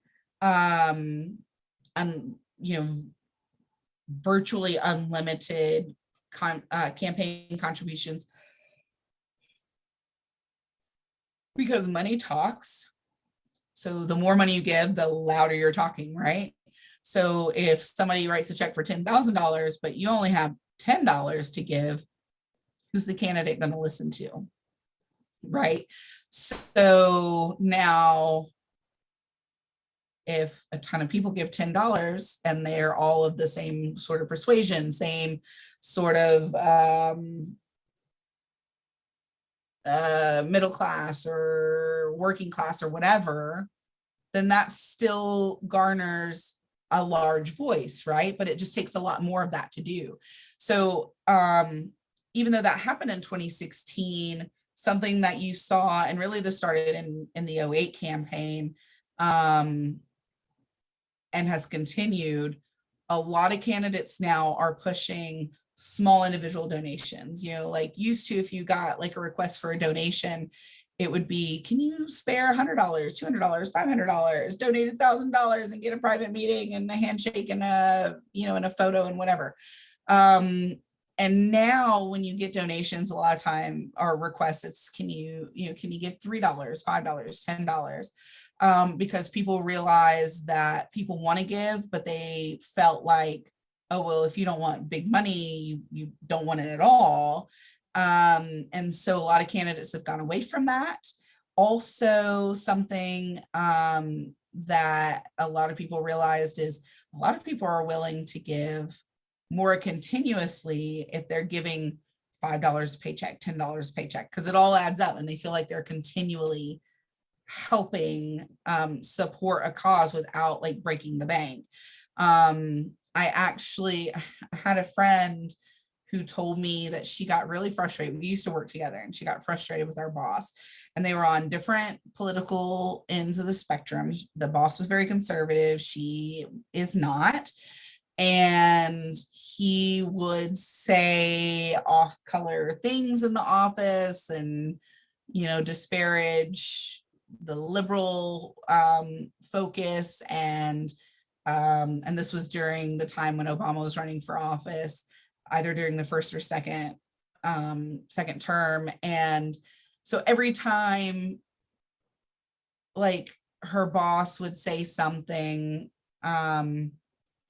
that just made her blood boil, that just frustrated the stew out of her, but she felt like she wasn't in a position to be able to do anything or say anything about because it was her boss. She would simply go online to the Obama campaign and donate like $20, or whatever, and it made her feel better. And she felt like it was a more productive use of her time than arguing with someone who they were never going to come to a middle ground or see eye to eye. They were very opposite ends of the spectrum. And so by candidates flipping the switch and being like, hey, like any dollar amount we are happy to have, like there have been times when like I really want to donate to somebody and I'm like, man, we broke. I like what this person's saying. Like it lines up with, like my husband and my values and what we're looking for in a future for a child and all of that stuff. And I'm like, but we broke. Right. And so sometimes it'll just be like, you know what, I really need to give to this person, but we don't have a lot like that we can let go of. You know what, like let's do that. Let's do $3. Let's do $5. Let's eat at home instead of going through the drive-through after a long day of running errands, right? Like let's give them whatever. And it does make you feel like you're making a big difference, and literally every little bit helps, right? Like, I am assuming I'm probably talking to an audience where none of you would walk by like a dollar bill and not like pick it up, right? Now, I know a lot of people won't pick up like a penny or something, it's got to be like bigger money. I still pick up a penny. I don't care. I still am like, oh, good luck. And you know what? Good luck if it's heads or tails, because that means I'm a penny rich. So it's still good luck. But, a lot of people, unless it's green, they're not going to bother to pick it up. But, most people are, going to stop and pick it up. We're not all Bill Gateses of the world, who actually said in an interview one time, this was before when he was more actively involved in Microsoft and not as much of like the figurehead and like making more decisions, and was just busy. And he made the comment that he would lose more money by stopping and taking time to like bend over and like pick up a dollar bill or change on the sidewalk than just keeping on going and working. And I was like, well, that must be nice. It'd be really great to get to that level, right? Like that is not my life. I'm so sorry. Good for you, Bill. Good for you. But that is not my life, or most people's lives. So anyways, I digress. So political speech of all kinds, including contributions, are largely protected, more than most anything else. So what happened, the way the book has this kind of laid out is like, as we go through sections of speech, it's a little less protected, is little less for the most part. So political speech was the first one. Second one is fighting words or hate speech. Fighting words is speech that directly incites damaging conduct. All right. Speech can lose its protected position only when it moves from the symbolic realm to the realm of actual conduct. For example, expressive speech that directly incites physical violence with the use of so-called fighting words. In 1942, a man who called a police officer a GD racketeer and a damned fascist was arrested and convicted of violating a state law prohibiting and forbidding the use of offensive language in public. The Supreme Court upheld his arrest on the grounds that such words are not protected by the First Amendment because they are not an essential part of any exposition of ideas. In other words, like, you could have picked better words to express yourself. You know, like when people say, oh, there's no need to curse, you could have come up with a better way to say it. And then you're like, well, F you, right? Like, you know, it's the same kind of idea. Like, this guy was definitely like, you know, an F you guy. And the Supreme Court was like, do better. Like your mom would say, you know, like, you could have chosen a better word for that. So let's see. This decision was reaffirmed in 1951 in Dennis v. US, when the court held that there is no substantial public interest in prohibiting certain kinds of speech, including fighting words. But hold up, wait a minute. However, since that time, the court has reversed almost every conviction based on arguments that the speaker had used fighting words. So at one time, it was like, oh no, I will wash your mouth out with soap. And now the court's like, meh. So in recent years, the increased activism of minority and women groups has prompted a movement against language considered to be racial or ethnic or gender slurs. And a lot of that is because, okay, so words are only as powerful as how we assign them to be. Does that make sense? Like, words only have meaning and power if we assign meaning and power to them.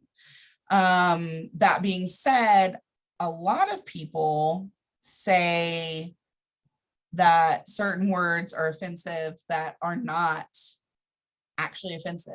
You know, like that, you know, like a little old lady might be offended by hearing like a proper term of like a body part when like that's the actual word to use.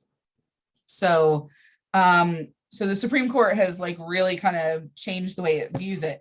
A lot of universities have attempted to develop codes to suppress such hate speech. Students and faculty on some campuses have also demanded that certain public figures, usually conservative and far-right people, be banned from speaking on the grounds that they promote hatred. There seems to be little doubt that the Constitution protects the individuals to share those controversial views, though. The conflict arises when that right comes up against public policies, university policies to emphasize safety, a consideration that not so long ago led to bans on left-wing speakers.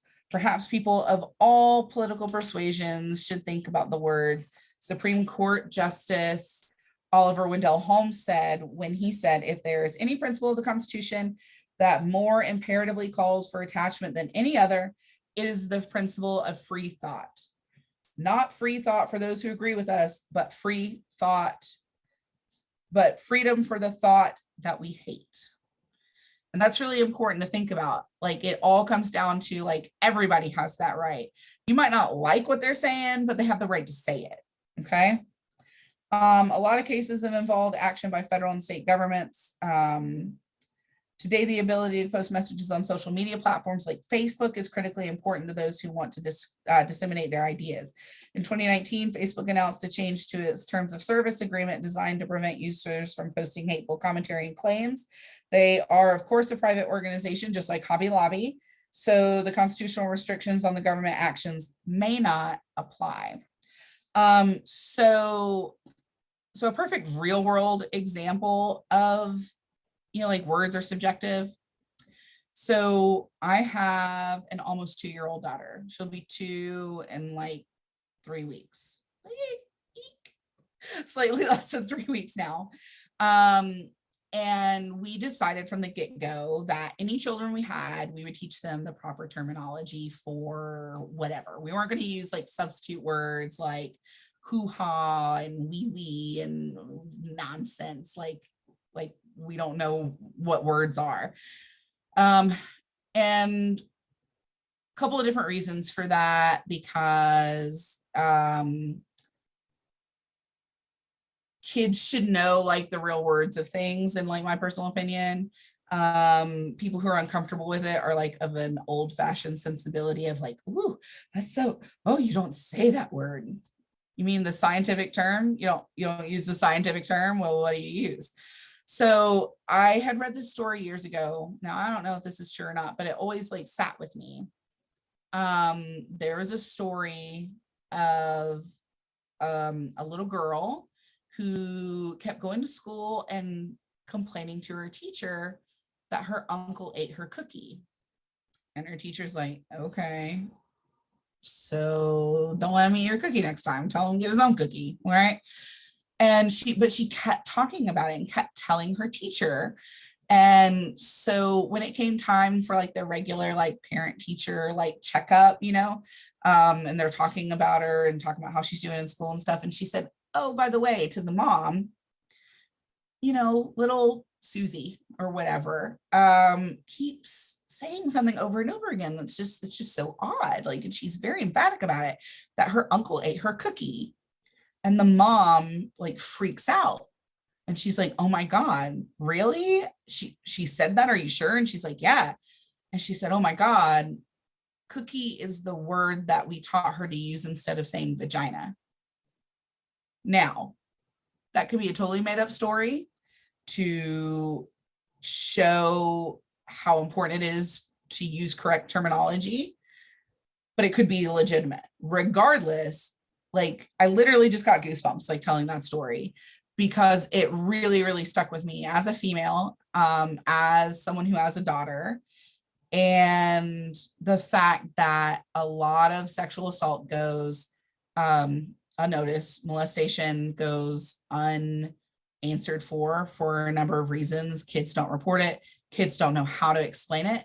They don't understand how to describe it. They're afraid to tell people, because especially when it's a family member, because like, what if nobody stands up for them? And so if she had known the right words, she could have told the teacher that the uncle keeps eating her cookie. Instead, she could tell her what was actually happening. And there are story after story after story that I've seen of people talking about, like it's a close family friend, it was a family member, it was whatever, or it was a teacher, it was a neighbor, it was whatever, like people that you would think you could trust. And that's like on like worst case scenario, like even if it's just simply a matter of my kids sound stupid describing their vagina as a cookie.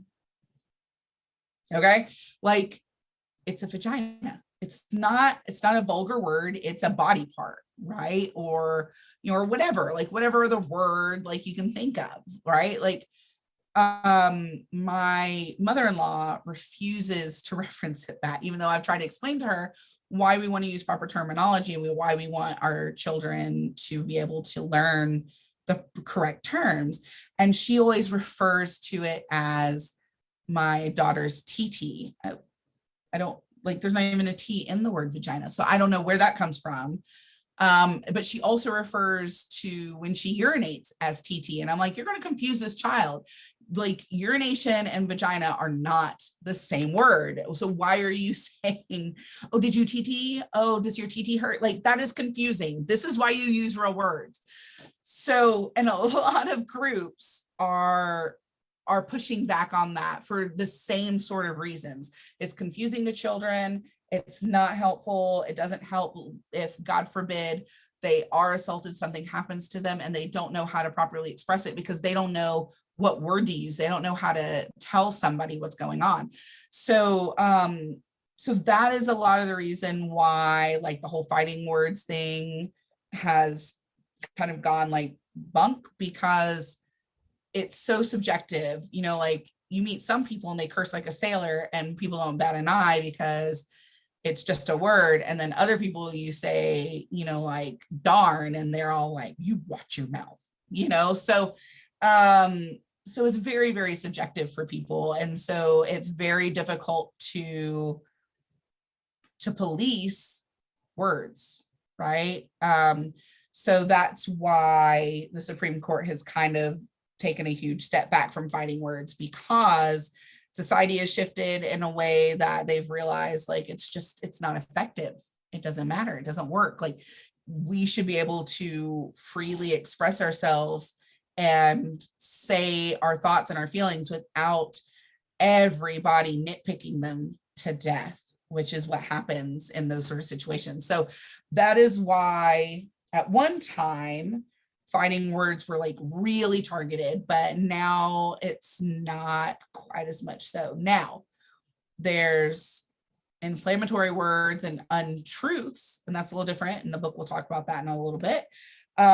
But for purposes of this, it's just discussing specifically fighting words. So your book says, are social media companies responsible for the proliferation of offensive and hateful speech on their sites? Here, Facebook CEO Mark Zuckerberg testifies before Congress on Facebook's role in allowing hateful content on the site. And that's been subjective. And we've seen like Twitter and Facebook have like gone different routes on that. Of course, if Elon Musk ends up buying out Twitter, who knows what's going to happen. So, you know, that's kind of like a continual debate in the social media age, and in a way that hasn't had to be debated before, right? Because we didn't have, we had MySpace. And then before that, we had AOL Instant Messenger, which is like the closest thing that anybody had to like online interaction aside from email. So anyways, so the next section that it talks about is student speech. Student speech is not nearly as protected as political speech is. It's conditional, especially with high school students. So one category that's very limited is the public high schools. So in 1986, the Supreme Court backed away from a broad protection of student free speech rights by upholding the punishment of a high school student for making a sexually suggestive speech. And a lot of that has to do with the fact that it's in contradiction with like school policies. So the court upheld, or the court opinion held that such speech interfered with the school's goal of teaching students the limits of socially acceptable behavior. 2 years later, the court restricted students' freedom of speech and press even further, defining their speech in journalism and school as part of their education and not protected with the same standard as adult speech in a public forum. A later case dealt with policies in a high school in Alaska, which this picture always gets people worked up and usually gets a laugh. The Supreme Court ruled that high school student speech can be restricted. In a 2007 case involving a student who displayed the banner pictured here, the court found that the school principal had not violated the student's right to free speech by suspending him. And the reason for that was the fact that it promotes drug use, which was a policy that was obviously not permitted by the school district. And that case was Morse v. Frederick. So there's that. So the next one is commercial speech. So that's only partially protected, and it's very easily struck down and regulated. So commercial speech is obviously not the same as political speech. So commercial speech is basically advertisements, right?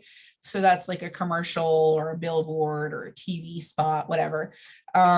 So false or misleading ads are still able to be restricted and regulated. So used to, there's a brand of cigarettes called, I think it's called Camel, just Camel cigarettes. And it's like in a golden kind of beigeish gold and white package. And it had a camel the cigarette in his mouth on it. And they used to do these really crazy, like flashy, done up commercials with the camel, like living this glamorous lifestyle and smoking, of course. Camel cigarette. See if I can find, it is camel, but they changed the way it was. All right, let me go back here and I'm going to share the new screen for you guys so you can see what I'm talking about. So right here, this is a good one. So this was back in 1990. So see, he looks all suave, like James Bond or something, and he's smoking a cigarette. So he's definitely like a cartoon character, right? But he looks all cool and like, you know, my life is so great and I smoke. So, you know, you should smoke too. Like, look at this. He's doing race car driving. He's gambling. He's all cool with a cool car, you know, like I mean, look how bad he is right here, right? So these are all ads that you can look up. Like you can just look up like Camel cigarettes and it pops up. And so they don't have it now. Like now it's just like a camel, right? But they had to completely flip the switch because eventually there were lawsuits saying, you know, this is dangerous and can actually be seen as being geared towards children because it's a cartoon character and we don't want to advertise to kids to smoke. And so so they had to completely rebrand themselves and just do like the regular camel. And so like now it's boring, right? But I actually remember seeing these ads in magazines, TV commercials, like they were like whole TV commercials with the guy on it. I remember that like as a kid, and my dad smoked, but I like always hated it. I had asthma, and so I always despised smoking, anybody who smoked. So I like immediately was just like, really, guys, this is gross. But you know, a lot of kids aren't like that. So for a lot of people, it's, you know, like look at this, like little like James Dean-esque look, you know, like you know, so there's a lot of like, oh, I'm so cool. Look how cool I am. Like, oh, like I'm a real man. Like I need a Camel cigarette. Like nonsense, right? So they had to flip the switch and change that up. So if you're ever interested in some of these ads, feel free to look up. And so all of that changed with, sorry, let me go back to the PowerPoint here. All of that changed with, you know, the Supreme Court saying, no, that's not appropriate. Can't do that. Okay, here we go. All right, got that back. So that is an example of commercial speech and ways in which it can be regulated and fairly easily. So here are some other forms of speech. So symbolic speech, speech plus, and the right of assembly and petition. So it protects several different types of speech, as we've already seen, right? Your political speech, your fighting words, your student speech, your commercial speech. So now we're going to talk about some of these other ones that fall under that purview as well. So symbolic speech, which are peaceful actions designed to send a political message, that's protected. It's very controversial, but the one that they usually use as an example is flag burning, and that is protected. So I won't get into a lot of that. Like it's protected. It like agree with it, don't agree with it. Like it is what it is, but it is something that's a form of symbolic speech. Sorry. Oh, gracious. The next thing that they talk about is speech plus. So the definition of speech plus is speech accompanied by conduct such as sit-ins, picketing, and demonstrations. Protection of this form of speech under the First Amendment is conditional, and restrictions imposed by state or local authorities are acceptable if properly balanced by consideration of public order. So like, you know, you can't like have a sit-in in the middle of a busy highway, right? Like it has to be like a safe area. It has to, like it can't jeopardize people's health and safety. So, so a lot of times, like if you're doing a protest, say like on a college campus, like there are certain places that are designated that you're allowed to do it. You can't just do it like whatever or wherever. So, so obviously private property can be more regulated because it's somebody else's private property, but public property, like at a government building or something, is more allowed. So it's very conditional based on where it is, what it is, etc. Okay, so that is speech plus. So the next thing is freedom of the press. We're still in the First Amendment, people. This is why I have civil liberties and civil rights all by their lonesome in a week, because it is a lot of material, and I like to really dive in and give real world examples of it, because so many people have trouble kind of understanding the nuances of it. And so I don't want it crammed in with other stuff. Okay. So freedom of press is very broad. It's exactly what it sounds like. Oh, gracious me. With the exception of broadcast media, which are subject to federal regulations, the press is protected against what's known as prior restraint. Prior restraint is an effort by governmental agency to block the publication of material it deems libelous or harmful in some way, i.e. censorship.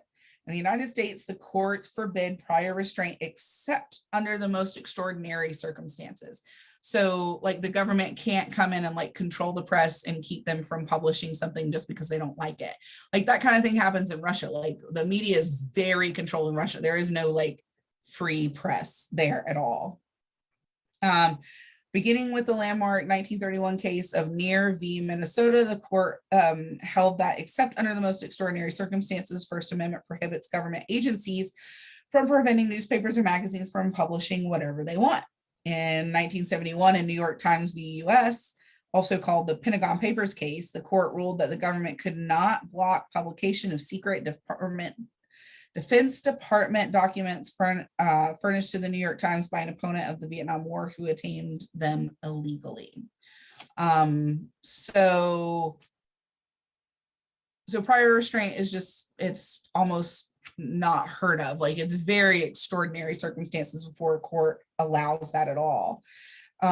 So states have a lot of laws that protect journalists and their sources, like who they get their information from, because like the government is not always the good guy, right? And so, I mean, they can make people disappear, like legit. That sounds like a conspiracy, but it's true. So, so reporters can refuse to testify when asked to reveal their sources.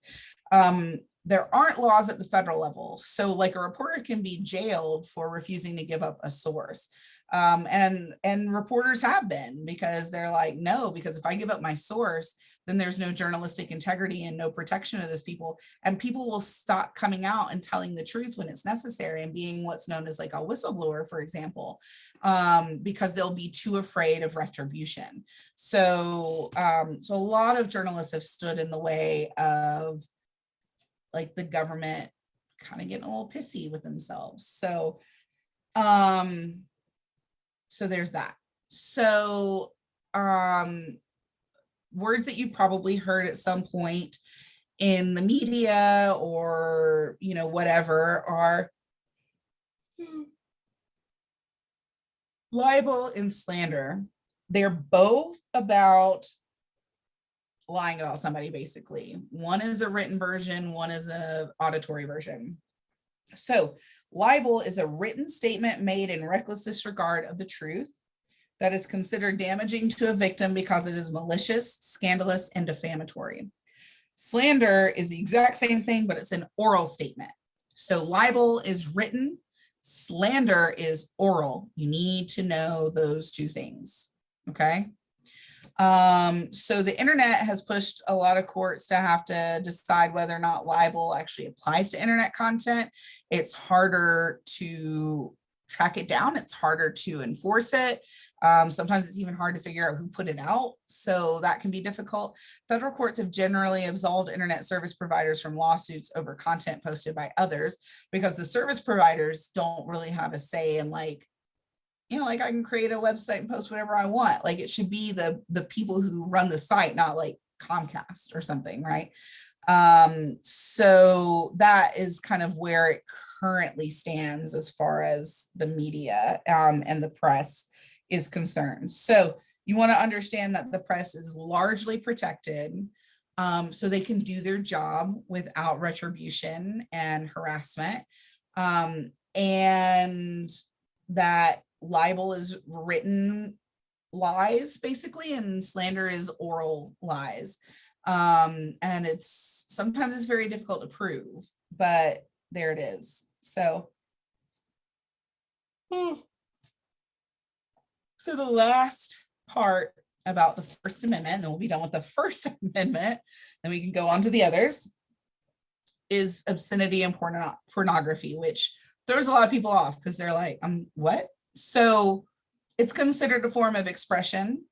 So it's actually protected under the First Amendment, which sounds weird.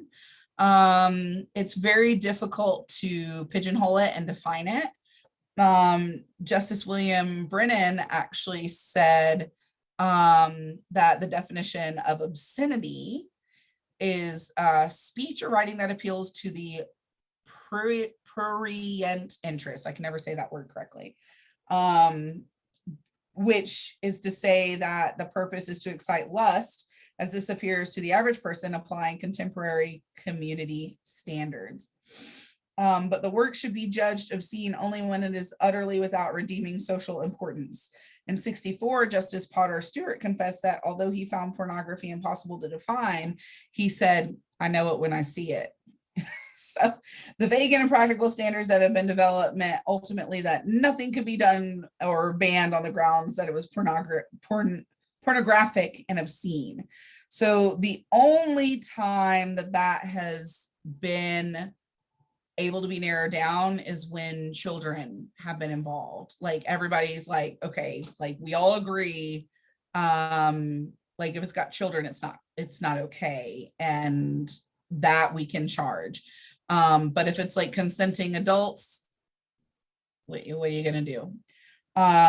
So it even talks about here in 1996, Congress passed the Telecommunications Act. There was a Communications Decency Act attached to it to regulate online transmission of obscene material. But in 1997, Reno v. the ACLU, the court struck down the Communications Decency Act, ruling it suppressed speech that adults have a constitutional right to receive. And governments cannot limit adult population to messages fit for children. Supreme Court Justice John Paul Stevens described the internet as the town crier of the modern age and said it was entitled to a great degree of First Amendment protections possible.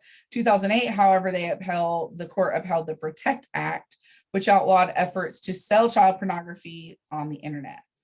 It extended the highest degree of First Amendment protection in 2000 to cable television, and US v. Playboy. It struck down a portion of the Telecommunications Act to limit the availability of sexually explicit programming to late night hours. Closely related to the issues of obscenity is the question of whether governments can prohibit broadcasts or publications considered excessively violent. Here too, the court has generally upheld freedom of speech. So it's kind of one of those things where, like, okay, it's on TV, you're afraid your kids might see it, monitor what your kids are seeing, put on the child controls or whatever. Don't just have whatever on and then be upset that that cable station had that on, right? So basically the Supreme Court has said, unless it deals with minors, not a whole lot that we can do about it, right? Like if it's like regular pornography and like obscenities. Now, if there are cases where people can prove that it's like a sex trafficking situation and it's people against their will, that's different. That's not like real pornography. So while a lot of people find it, like a clutch my pearls sort of moment, pornography is just not something that the Supreme Court feels like we need to be wasting our time with, because it's protected under a freedom of speech, basically a way to express people's selves. So there's that. All right, so that is all of the First Amendment. Woohoo! The First Amendment takes a lot longer. We are actually close to being done with chapter 4, because the First Amendment is such a large portion of it. So take a breath, shake it out. We'll get through the rest. So Second Amendment, like I mentioned before, we've already read it. It's the right to bear arms. It applies to states and localities and individuals. Laws can't ban you from having a firearm in your home. Now, the exclusion to that is like if you're like a convicted felon and your right to like bear arms has actually been taken away. And there have been arguments against that unless your felony is involved with something involving a gun, a lot of people think that like that right shouldn't be taken away. But we'll talk more about that when we talk about the criminal justice system. So in the District of Columbia v. Heller, the court ruled that the Second Amendment provides a right to keep loaded handguns at home for self-defense. A lot of people have problems with that, because look at how many kids have accidentally shot and killed themselves or like their sibling or their friend, because it's not put away properly. They can get into it, and it goes off. But as of right now, it's allowed. State and local governments can regulate firearms, which I mentioned before. Again, all of our rights have limitations. There are waiting periods, registering your gun, different types of firearms that are allowed versus aren't. They're actually in the middle of getting ready to try and pass something in Congress right now after the most recent horrific school shooting. We had 19 people killed, 2 adults, the rest children, while cops stood in the hallway, let them be gunned down. As a parent, I want to put my fist through a wall / somebody's face every time I hear more and more coverage about that shooting, because it's just beyond comprehension that they sat out there for an hour and did nothing to save those kids. And it all boils down to what I saw today on the news, that the guy who was calling the shots didn't think he was actually the one in charge. Like, kids are being killed. There's how many of y'all with guns and one disturbed person with a gun? Like, take them out. Just like do what you have to do. Like, I'm not one for killing. And yes, ideally it would be great to take somebody in, but in a situation like that, like he killed an entire classroom. Like do what you have to do to stop more killing, like whether it's taking him out or detaining him or whatever you have to do, like, but do it. So that, for whatever reason, that shooting has struck a nerve with Americans in a way that a lot of the other school shootings didn't. And I think it was the failure to act and the longevity of time that went on of not acting. I remember when Sandy Hook happened, like these are all innocent, like elementary kids that are mostly getting gunned down. Like people aren't walking into high schools and gunning kids down because they're closer to grown and they might be able to take you out. We're talking innocent babies. And so for whatever reason, people are reacting differently to this one. And so Congress is acting, they're taking the call to action based on how society is taking this. I don't know why it's so different than some of the others we've had, but they're in the middle of getting ready to send something to the president. They're, you know, final back and forth on getting it ready. And I would bet that some of that is going to be like completely eliminating the ability for like AR-15s, because that's largely what is being used for a lot of these shootings, and probably a limit on how many rounds can be purchased at a time, maybe the waiting period. I mean, this guy went out on his 18th birthday and bought these things. Like, that don't tell you something ain't right, you know, like, so, I mean, you know, if you're, you know, a Second Amendment person and you're all about like having the right for a gun, that's great. I mean, Matthew McConaughey is as well, but he's up there pleading to our elected officials to do something to protect our kids. He's like for responsible gun ownership. These people who are committing these crimes are not responsible gun owners, obviously, because if you're responsible, you aren't going out there and slaughtering children.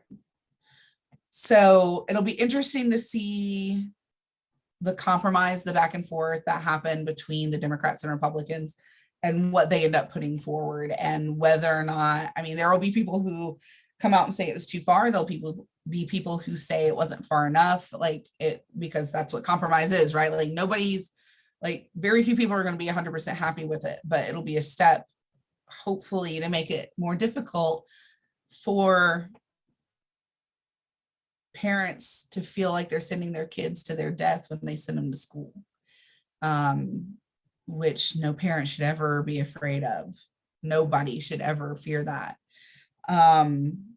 So it'll be interesting to see what comes down the pike with that. And then I'm sure somebody will appeal, somebody will, you know, want to try and find a way to pick it apart. We'll see how that goes as well. I mean, that's the political process, right? But governments do have the right to regulate firearms when necessary. Again, police power for the health, safety of our people, of our society. And this is a way that they're trying to do that. A lot of people would say it's past time. So we'll see how that goes, but there's absolutely no way that I can put on like the teacher hat when it comes to that particular portion of the Second Amendment talk. Like, okay, Supreme Court says that you have a right to keep and bear arms, but the government has a right to say in what ways it's responsible and what way it is not. And we have to protect our kids. And I have taught for a long time, and I've felt that for a long time. I had a student who committed suicide his senior year of high school. I had only been teaching him a few months, and he had been battling depression and been in and out of temporary holds. And I tried to reach out to him, friends, family, constantly trying to work with him. And the week before he did it, he had mended a lot of fences, and he had been acting like he was in a good mood and talking to a lot of people and being really sociable and happy. And he was in the band and performed in the Veterans Day Parade and said goodbye to everybody, told the band director how much he just thought he was great and all the ways that he felt that. And he left, and then nobody could find him. And it went from, okay, he just went to hang out, to he's missing and there's a gun missing. And he was found in a field that evening. And he just couldn't be reached. And I think about him all the time. And that was 2014. It's been almost 10 years. And I think about him constantly. Every time there's a shooting, every time you hear a story of a kid taking their own life, or somebody some kid, some 18-year-old taking out a bunch of people for taking out themselves. And I think about him, and I think about where we missed and what could have been done differently, and how our mental health system failed. And we're such a reactionary society. The gun legislation is a perfect example of that. We are reacting to what happened instead of stopping another one from happening. And I can't help but think about, like, what if he couldn't have gotten a hold of a gun, if it had been locked up better? Like, I don't even know all the ins and outs of it. I don't know if it was his mom's. I don't know how he got it. I mean, I know when somebody wants to do something, they're going to find a way to do it a lot of the times, but I just can't help but think if he had got more help sooner, if been taken more seriously sooner, if a million other things had happened, he might still be here. And I wouldn't have to use him as a cautionary tale. And it just breaks my heart. And so, as a teacher who has lost a student to self-inflicted gun violence, and who has a child who is supposed to be starting kindergarten in 3 years, I'm terrified to send my kid to school. And I know I'm not the only parent. And so I'm very happy that there are regulations and limits to literally everything, that we're not a free-for-all society. Because while that sounds well and good, there has to be checks and balances across the board, right? I mean, that's how our system was designed.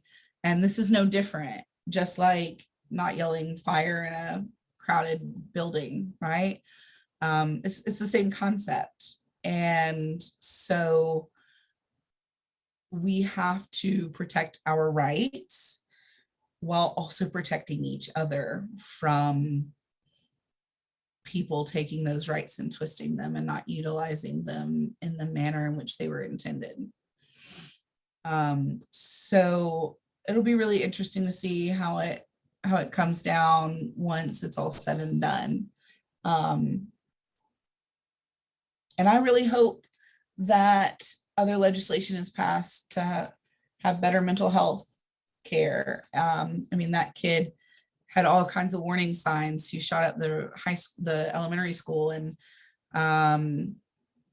he still was able to get a gun and shoot his grandmother and kill all of those innocent people. And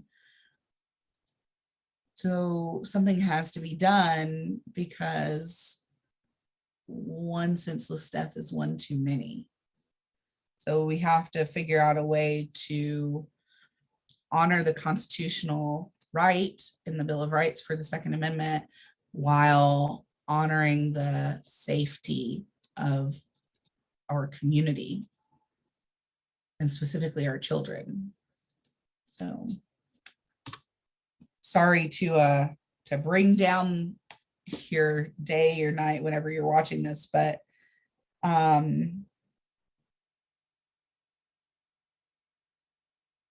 it's too much. Every day you hear about another one, So, and your book breaks down the Second Amendment and how, like I talked about before, where some people feel like it's just for a regulated militia, and where others think that it's for anybody, and the debate on that continues. A string of mass shootings in the United States, including one at Walmart in El Paso, Texas, in which 22 people were killed and 24 were injured, have prompt calls for legislation to limit the availability of guns. And that's what this image says. This is an image on background checks for firearm sales. This is on page 106. Although state gun laws must conform to the Second Amendment as interpreted by the US Supreme Court, laws concerning gun sales and ownership vary widely from state to state. It is much more difficult to buy a gun in, say, New York or California than in Texas or Kentucky.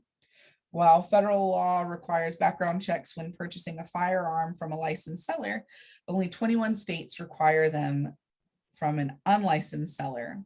Should all states require unlicensed firearm sellers to perform background checks? Why or why not? So that's something subjective from your personal opinions. I mean, I think everybody who wants to own a gun ought to have a background check, because there have been too many of these situations where it's like, oh yeah, man, that person's been on like psych holds, they've threatened people before, like, you know, and they would have never been able to purchase a gun if those things had come up. And I know a lot of people say, well, people change and like you shouldn't forever punish somebody who might be in a mentally unstable state. And I completely agree with that. And there's got to be a way to like work through that. Like, okay, like, you know, you get flagged, so you don't get one. Okay, maybe there's an appeal process if you like really want a gun for hunting or something, or for personal safety. And like maybe there's a way to appeal that or something, but there can be things put in place to protect both ways. So for me personally, I think gun like background checks for all guns would be helpful. Like you look at Florida and there are none for unlicensed gun sellers. So like when we have like gun shows, you can go and load up on whatever you want with no background check. Doesn't matter if you're fit to be tied. And as you see, the majority of the states are actually that way. So, okay, so now that I've sufficiently bummed you out, sorry, we're in week 2 and you're already like seeing me have a breakdown of what has just been a very emotional like month or so with this news coverage. It's been a lot. So, and with the war in Ukraine. So it's a lot of death lately. And I know a lot of people take it hard. Like I watch the news constantly. I like my phone, my radio is almost always on NPR when I'm in the car, and I'm always catching the news. And like, I mean, that's my job, right? Like, because, you know, I teach you guys this subject and I try very hard to connect it to real world situations so it makes sense, because like the theory of the thing is one thing, but being able to like plug it into a real situation to understand it is very different. And to do that, like I need to be current on what's happening. And so I consume a lot of news, but I'll be doggone if I don't need to like watch cartoons with my kid for a little bit sometimes, you know? So anyways, so now we're going to talk about the next goal in your chapter, which is explaining how the Supreme Court has interpreted the right to due process. So due process of law is the right of every individual against arbitrary action by national or state governments. So like you can't just be detained for the heck of it, right? Like there has to be just cause. There has to be like you can't just do search and seizure, right? Like we talked about all of that. So 4th, 5th, 6th, and 8th Amendments are all part of the due process of law. So we'll talk about that. So the 4th Amendment is the first part of that, and it talks about the search and seizures, which we talked about before. So there's something called the exclusionary rule, which is the ability of courts to exclude evidence obtained in violation of the 4th Amendment. So if they find something, but it wasn't covered in like a search warrant, then they can't use it against you in a court of law. So that was decided in the 1961 court case of Mapp v. Ohio. So Dolly Mapp was harboring a suspect in a bombing incident. Several police officers forcibly entered her home, claiming they had a search warrant. They did not find the suspect, but found an old trunk in the basement, and it had some materials that they declared as obscene. Although no warrant was ever produced, Mapp was convicted of possessing obscene materials. That was an illegal search and seizure. The court's opinion affirmed the exclusionary rule under the Fourth Amendment. All evidence obtained by search and seizures in violation of the Constitution is inadmissible. So even people who are clearly guilty of a crime they are accused of, they cannot be convicted if the evidence was illegally obtained. The Supreme Court has softened their thought process on that in recent years, allowing federal courts to use their discretion depending on the nature and quality of the intrusion. Like, is it a little like a little oops, or like we're blatantly trying to set somebody up, oops. And so that makes a difference. Sorry, getting chapped. So another case that pertained to the exclusionary rule is United States v. Jones in 2012, where they said prosecutors couldn't attach a GPS to a vehicle to monitor a suspect. I would also say that that probably falls under like a violation of the right to privacy. Drug testing falls under the Fourth Amendment. It's permitted in some cases, as well as drug sniffing dogs, but you have to have consent of the individual or a warrant. So those are allowed, but with some specifications. Same with DNA testing. And your book goes over some of that in more detail if you're curious. So that's the Fourth Amendment. So see, like we're moving right along now. So the Fifth Amendment talks about specifically in court, right? So you have a right to a grand jury, which is whether or not there's sufficient evidence to justify a trial. You're not found guilty or innocent at that time, just whether or not there's enough for you to go to trial for something. You're protected against double jeopardy, which is not being tried for the same crime twice, which we discussed before. So see, now it's moving along. The Fifth Amendment also talks about what is known as the Miranda rule. So the requirement as articulated by the Supreme Court in Miranda v. Arizona is that people who are arrested must be informed prior to police interrogation of their right to remain silent and to have the benefit of legal counsel. So that's Miranda v. Arizona in 1966. So that's you hear it in movies all the time. You have the right to remain silent. Anything you say can and will be used against you in the court of law. So Ernesto Miranda was convicted and sentenced to between 20 and 30 years of prison for kidnapping and raping a woman in Arizona. The woman had identified him in a police lineup, and after 2 hours of questioning, he confessed and subsequently signed a statement that his confession had been made voluntarily without threats or promises of immunity. It was admitted into evidence and served as his conviction, basically the basis for it. Afterwards, he argued that his confession had not been truly voluntary, and that he had not been informed of his right to remain silent or his right to consult an attorney. In a controversial ruling, the Supreme Court agreed and overturned it. They produced the rules that police must follow before questioning an arrested criminal suspect and the reading of a person's Miranda rights. It became a standard scene in every police station and on virtually every television and film dramatization of police action. It expanded the Fifth Amendment's protection against coerced confessions and self-incrimination, and also confirmed the right to counsels listed below. And on here on page 110, you'll see like what they have to say, and then they have you sign it that like, yes, you've been given this. So you have the right to remain silent. Anything you say can and will be used against you in a court of law. You have the right to talk to a lawyer and have him present with you while you are being questioned. If you cannot afford a lawyer, one will be appointed to represent you before any questioning if you wish one. And then you sign that and date it, and then they go for that. So it's really a shame, because this is an example of the police screwing up, right?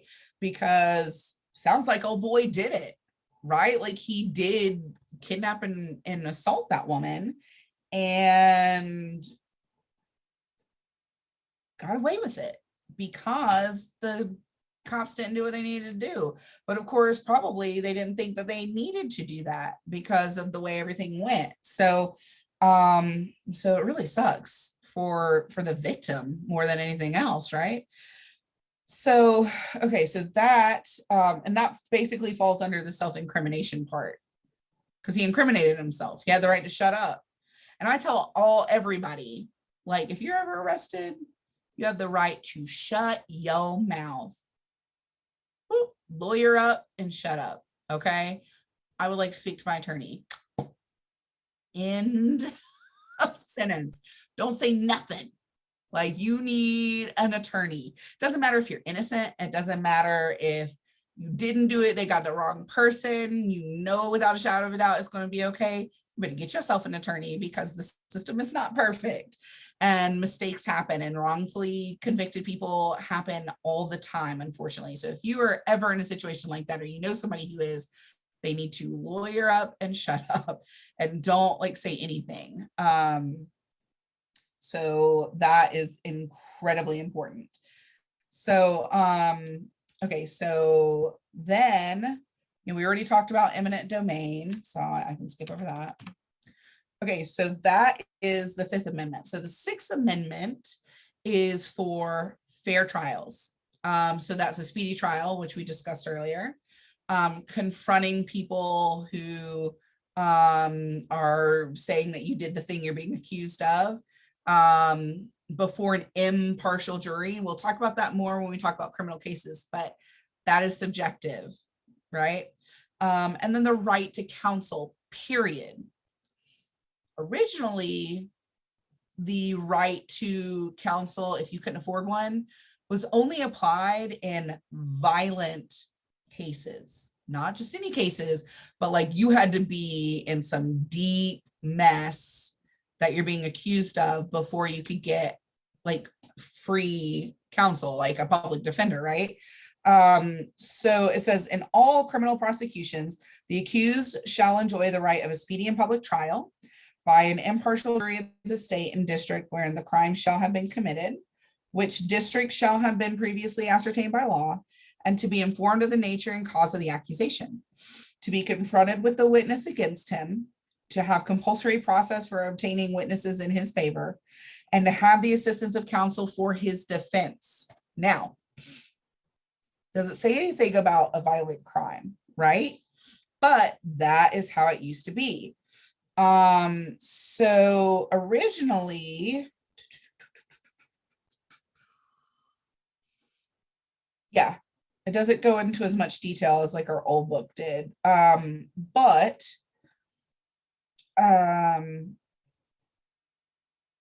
originally it was for like a much bigger deal. So Gideon v. Wainwright, Mr. Gideon. Clarence Gideon received a 5-year sentence for breaking into and entering a pool room in Panama City, Florida. He was too poor to afford a lawyer, and Florida law provided for court-appointed counsel only for crimes carrying the death penalty. While serving time, he made his own appeal on a handwritten petition and eventually won the landmark ruling on the right to counsel in all felony cases. The right to counsel has been expanded during the past few decades, even as the courts have become more conservative. So, old boy did it. He did break into the pool room. However, he didn't have an attorney to help make his case. If nothing else, like, you know, that's kind of a low crime and you get put in jail for 5 years. Like, in a lot of situations like that today would probably be like probation, right? Some community service, pay a fine, you do a couple years probation, you good. Like, even if, okay, you're guilty, like an attorney can help make sure that you don't have inappropriate punishment for the, like, the punishment should fit the crime type of thing, right? So, so if you're from Bay County, hopefully you've paid attention to the fact that downtown, like at the courthouse, they actually have like a plaque erected that like, here is where the Gideon v. Wainwright case happened. Like, it's a huge deal. And if you aren't, it's a huge deal. And that's here. We also have a historical museum on Harrison Avenue that's open. The hours are kind of weird. Like, I'll post them, like I can tell you guys later, but they actually have like an interactive display about the Gideon v. Wainwright case. And it's really, really interesting. I actually have like an extra credit assignment that I can give you guys that you can do either going physically, or you can also do it like remotely. And so, so I'll post that now that we have discussed it. I wasn't sure if I was going to do it, but I want to give you guys the opportunity to take up the option for some extra credit if you have time. So, so I have a cool little, it's a real small extra credit thing. And it's about Gideon V. Wainwright. And it's such a big deal here in Panama City. And it's one of our many claim to fames here, and helps like reiterate what one of our 10th Amendment rights are, which is incredible to me. Like, I'm such a government nerd, obviously. So I like love it. I just think it's really great that we have that here. So. Okay, so so now we skip, you know, the 7th Amendment like isn't in part of the like court case stuff that they're talking about. So we go right on to the 8th Amendment. So cruel and unusual punishment. So the 8th Amendment prohibits excessive bail, excessive fines, cruel and unusual punishment, which we talked about. So I already mentioned the death penalty to you guys. Now in the module for this week, under like the reading information, I actually have like the link to a website that has statistics on the death penalty to show like the inequality of it, and how like the justice system isn't always fair, in like the convictions are just not equal. Like, you know, a $2 crime might get like a $10 punishment type thing. So I'd really love it for you to read what I put up, and we're going to talk about it more when we get to the criminal justice system. So I'm not going to go into a ton of that today, but I just want you to kind of keep that in the back of your mind, and then we'll talk about it more later on in the book. So the right to privacy, boy, howdy, that one is right, like all over the news right now, right? So the right to privacy is not a formal thing listed specifically in the Constitution or in the amendments. It is something that has been inferred by the Supreme Court based on other portions of the Constitution. So the right to privacy is it's the right to be left alone, which has been interpreted by the Supreme Court to entail individual access to birth control and abortions. By the way, we are on the last goal of the chapter. Woo-hoo. Describe how the Supreme Court has identified and interpreted the right to privacy.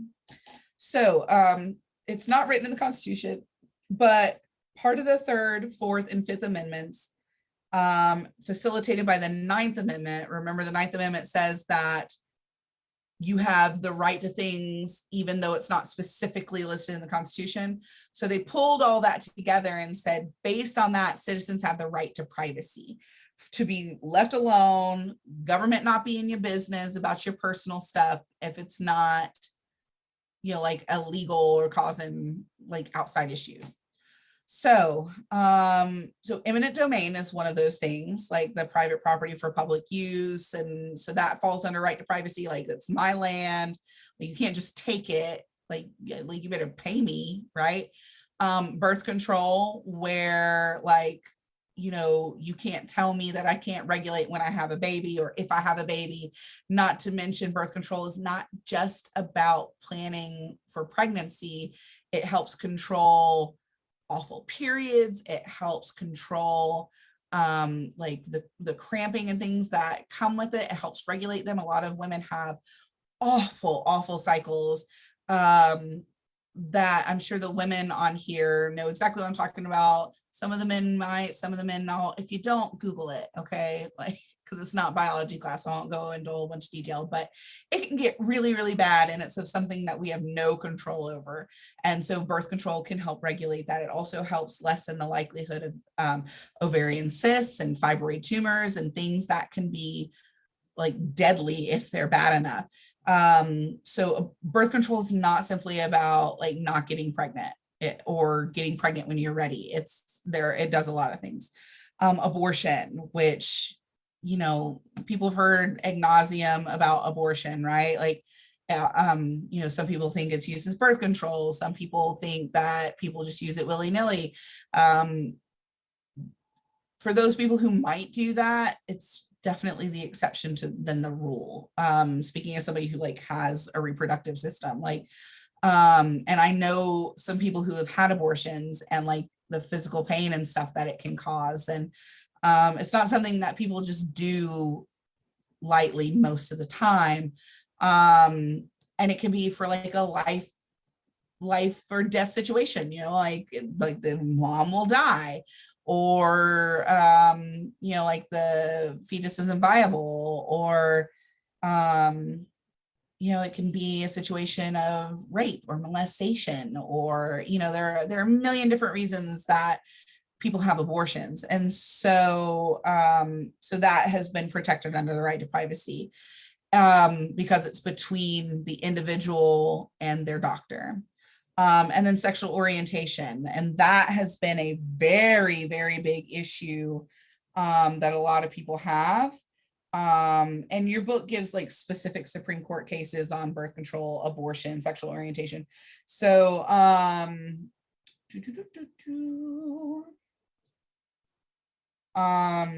so originally, like, sexual orientation wasn't covered under it, but now the LGBTQ community is covered under that. In 1986, Bowers v. Hardwick, the court ruled in favor of a state anti-sodomy law, which is a form of sex. I'll just go into that. That the federal constitution confers no fundamental right upon homosexuals to engage in sodomy. It's literally how they have sex, if they're male. 17 years later, to almost everyone's surprise, in Lawrence v. Texas, the court overturned Bowers v. Hardwick with a dramatic pronouncement that gay people are entitled to respect for their private lives, because not only homosexuals, they're not the only ones who actually commit sodomy, like, if we're being frank. So like, it never made sense in the first place, but don't tell prudes that. So that states cannot demean their existence or control their destiny by making their private sexual conduct a crime. In 2015, they took another important step by clearing state bans on same-sex marriage, because it violated the 14th Amendment equal protection and due process clauses. And we have more information on that we'll talk about in chapter 5. So, so all of these things have definitely pushed along for that. Now, of course, the leak thing about the Supreme Court looking to possibly reverse Roe v. Wade. Now, nothing has happened on that yet. People have geared up for appeals if that does happen. And that's a perfect example of it. Kind of depends on who sits on the court as to their interpretation on things. It's definitely a more conservative viewpoint for people who are not in support of abortion rights. So we'll see. Like, it's hard to say because it hasn't even been done, right? And so maybe it won't be done. Maybe they've seen enough pushback that they won't do it, or maybe they will, and then there'll be appeals to it and things will be struck down. Like, who knows, right? So, so in this who participates, which is on your, in your book on page 113. So it says, do Americans have a right to obtain an abortion? In its 1973 landmark case, Roe v. Wade, the Supreme Court established a right to privacy enshrined in the Bill of Rights that included a person's right to receive an abortion. President Trump's appointment of 2 anti-abortion justices has fueled opposition to Roe. And in 2019, 9 states passed laws that effectively banned abortion statewide, which is in direct conflict with what has been ruled by the Supreme Court. So they've been challenged. They are not in effect and will likely face extended legal challenges where the Supreme Court may ultimately decide whether Americans have this form of right to privacy. So you'll see here the different things and when they can occur. So there you go. Some states don't have like a limitation on when, most do. It just depends on the state. So that's a little closer view for you. Oh, and then the little numbers are how many clinics there are for abortions in the state. I want to say the closest one to Panama City is in like Tallahassee, but because I know there's not one here. So, So the little questions at the end of your chapter, civil liberties, like, what do you think? As always, are a really good way to kind of link what we've talked about with real world stuff. The practice quiz and key terms on pages 116 and 117 are great little study guides. So remember, you guys, you're doing the exam 1 that's due by Wednesday at 11:59. And then you have next week, Monday, Tuesday, Wednesday, chapters 4 and 5 test. And then you have a break. And then we'll be doing like 2 weeks before we have another one. So I know, like, it feels like a lot. It's like 2 weeks in a row of exams, but it eases up after that. So just bear with me for that. So we're doing chapter 4 now. We'll be doing chapter 5 this week, and you will just study those. I'll give you a study guide in a day or two, and then you'll test on it next week. So public opinion poll questions. Do you support limitations on some civil liberties like freedom of speech or search and seizure if those limits on liberties decrease the possibility of a terrorist threat or increase security? Now, this is obviously completely subjective. I will say, and I think I mentioned this in one of my other lectures, while there are limits, right? Like not saying fire in a crowded building or whatever, you have to be very careful in how you limit things, because it can be a snowball effect. And if you let the government take away this right today, what are they going to be taking away tomorrow? And we've seen that happen in other countries. Look at what Russia's trying to do to Ukraine. Look at what the Nazis tried to do to literally everybody they could get their hands on. And while it might not affect you today, it might affect you tomorrow. And anybody who's having their civil liberties and civil rights trampled on and lessened should concern you, because it's only a matter of time before it's you. A threat to anybody's civil liberties is a threat to everybody's. So now it's one thing for like health and safety in the sense of, don't yell gun, right? Like, but when we're talking about limiting political speech and we're talking about letting people just let the cops check your stuff. You got nothing to hide. You shouldn't have anything to worry about. What if it's a dirty cop? And people don't like to hear that. But in every field, I don't care what field you're in, there are good people in that field and people who don't need to be in that field. We've seen that with doctors, right? Like, how many times have you been like, oh, I'm not going back to that quack. He does not know what he's talking about, right? Like, in every field, there are people who don't need to be doing that job. And that can happen in any situation. So that's always important to remember. A threat to anybody's civil liberties is a threat to everyone's. So just keep that in mind when you're thinking about things like this. Should Congress pass legislation making it a crime to burn flags? So they could, but the Supreme Court would say it's unconstitutional because they've already said that it's protected symbolic speech.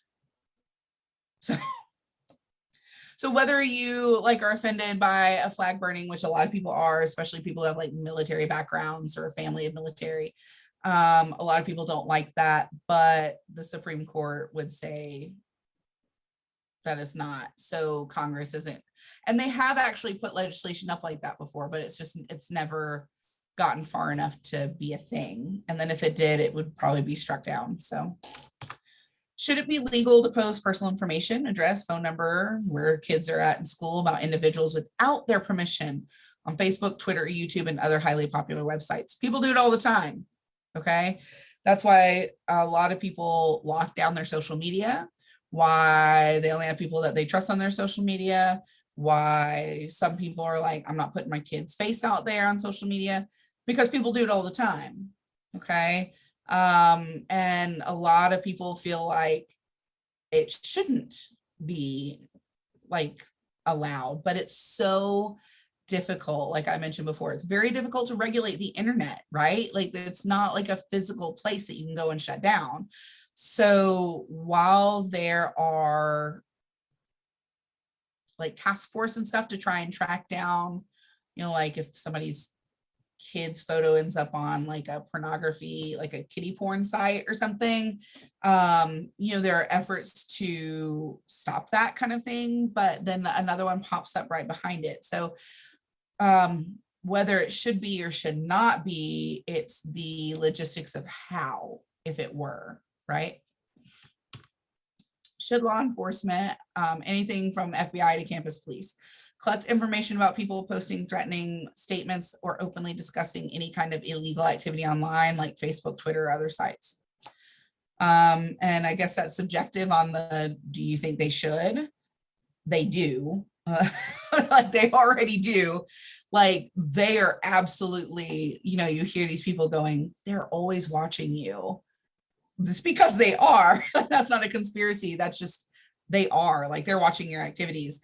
My brother, who just retired from the Army, he and I were on the phone one day and I made some kind of off-color crazy joke about something that was like government related. And he was like, hey, man, like they do listen. And I was like, man, then they know that I say a lot of crazy stuff. Like, I know that they listen, but they would have already been at my door if they thought I was a threat. So, like, let them listen, like, whatever. Like, a lot of people don't think that they should because it's a violation of the right to privacy and your civil liberties from government interference. But they do it. They just do. My mother-in-law is always like, I don't like to order things online and I don't like to put stuff out there because, people can just like, I don't want the government knowing all my business and just get my social security number. And I looked at her and I was like, your social security number is a government issued number. They already have it. Like they already have it. Your driver's license is a government issued form of identification. They already have all of your information. I hate to tell you, like you're already tracked. Like you're wasting your time trying to be sneaky, like you can be off the grid. Like you'd have to live out in the middle of the woods and not have a cell phone. Not like there's a lot you'd have to do to get off the grid, and she is not one of them. So of course this is subjective, but just so you know, they are doing it. Should a teacher in public schools be allowed to begin a class with prayer? I think we covered that, right? No, right? Like I should not be allowed to force you guys to pray to anybody or anything. And neither should anybody, right? Like it's not my business who you pray to. It's not your business who I pray to or not pray to or whatever. And it's not our jobs to force that on each other. Like people will seek out what they're interested in learning about. Like, hey, I'm interested in this religion. I'm gonna go to a church that has that religion, right? So, so this is like a good little piece, America side by side. Oh, gracious. I didn't mean to do that. I accidentally ended the slide. Okay, let me go back in real quick. Share screen. Oh, I guess I can go back. My bad. No. There it is. Okay. I just clicked on the wrong thing. That's my bad. Okay. So I can get this out of the way here. So global freedom of the press, like these, I always love these America side by side things because it gives you, like a good comparison to other countries. I think, and this is probably true of all countries, but I know here in the United States, we're really bad about insulating ourselves and forgetting about the rest of the world around us and thinking like we're just the end all be all. And I think it's really important to remember that that is crap.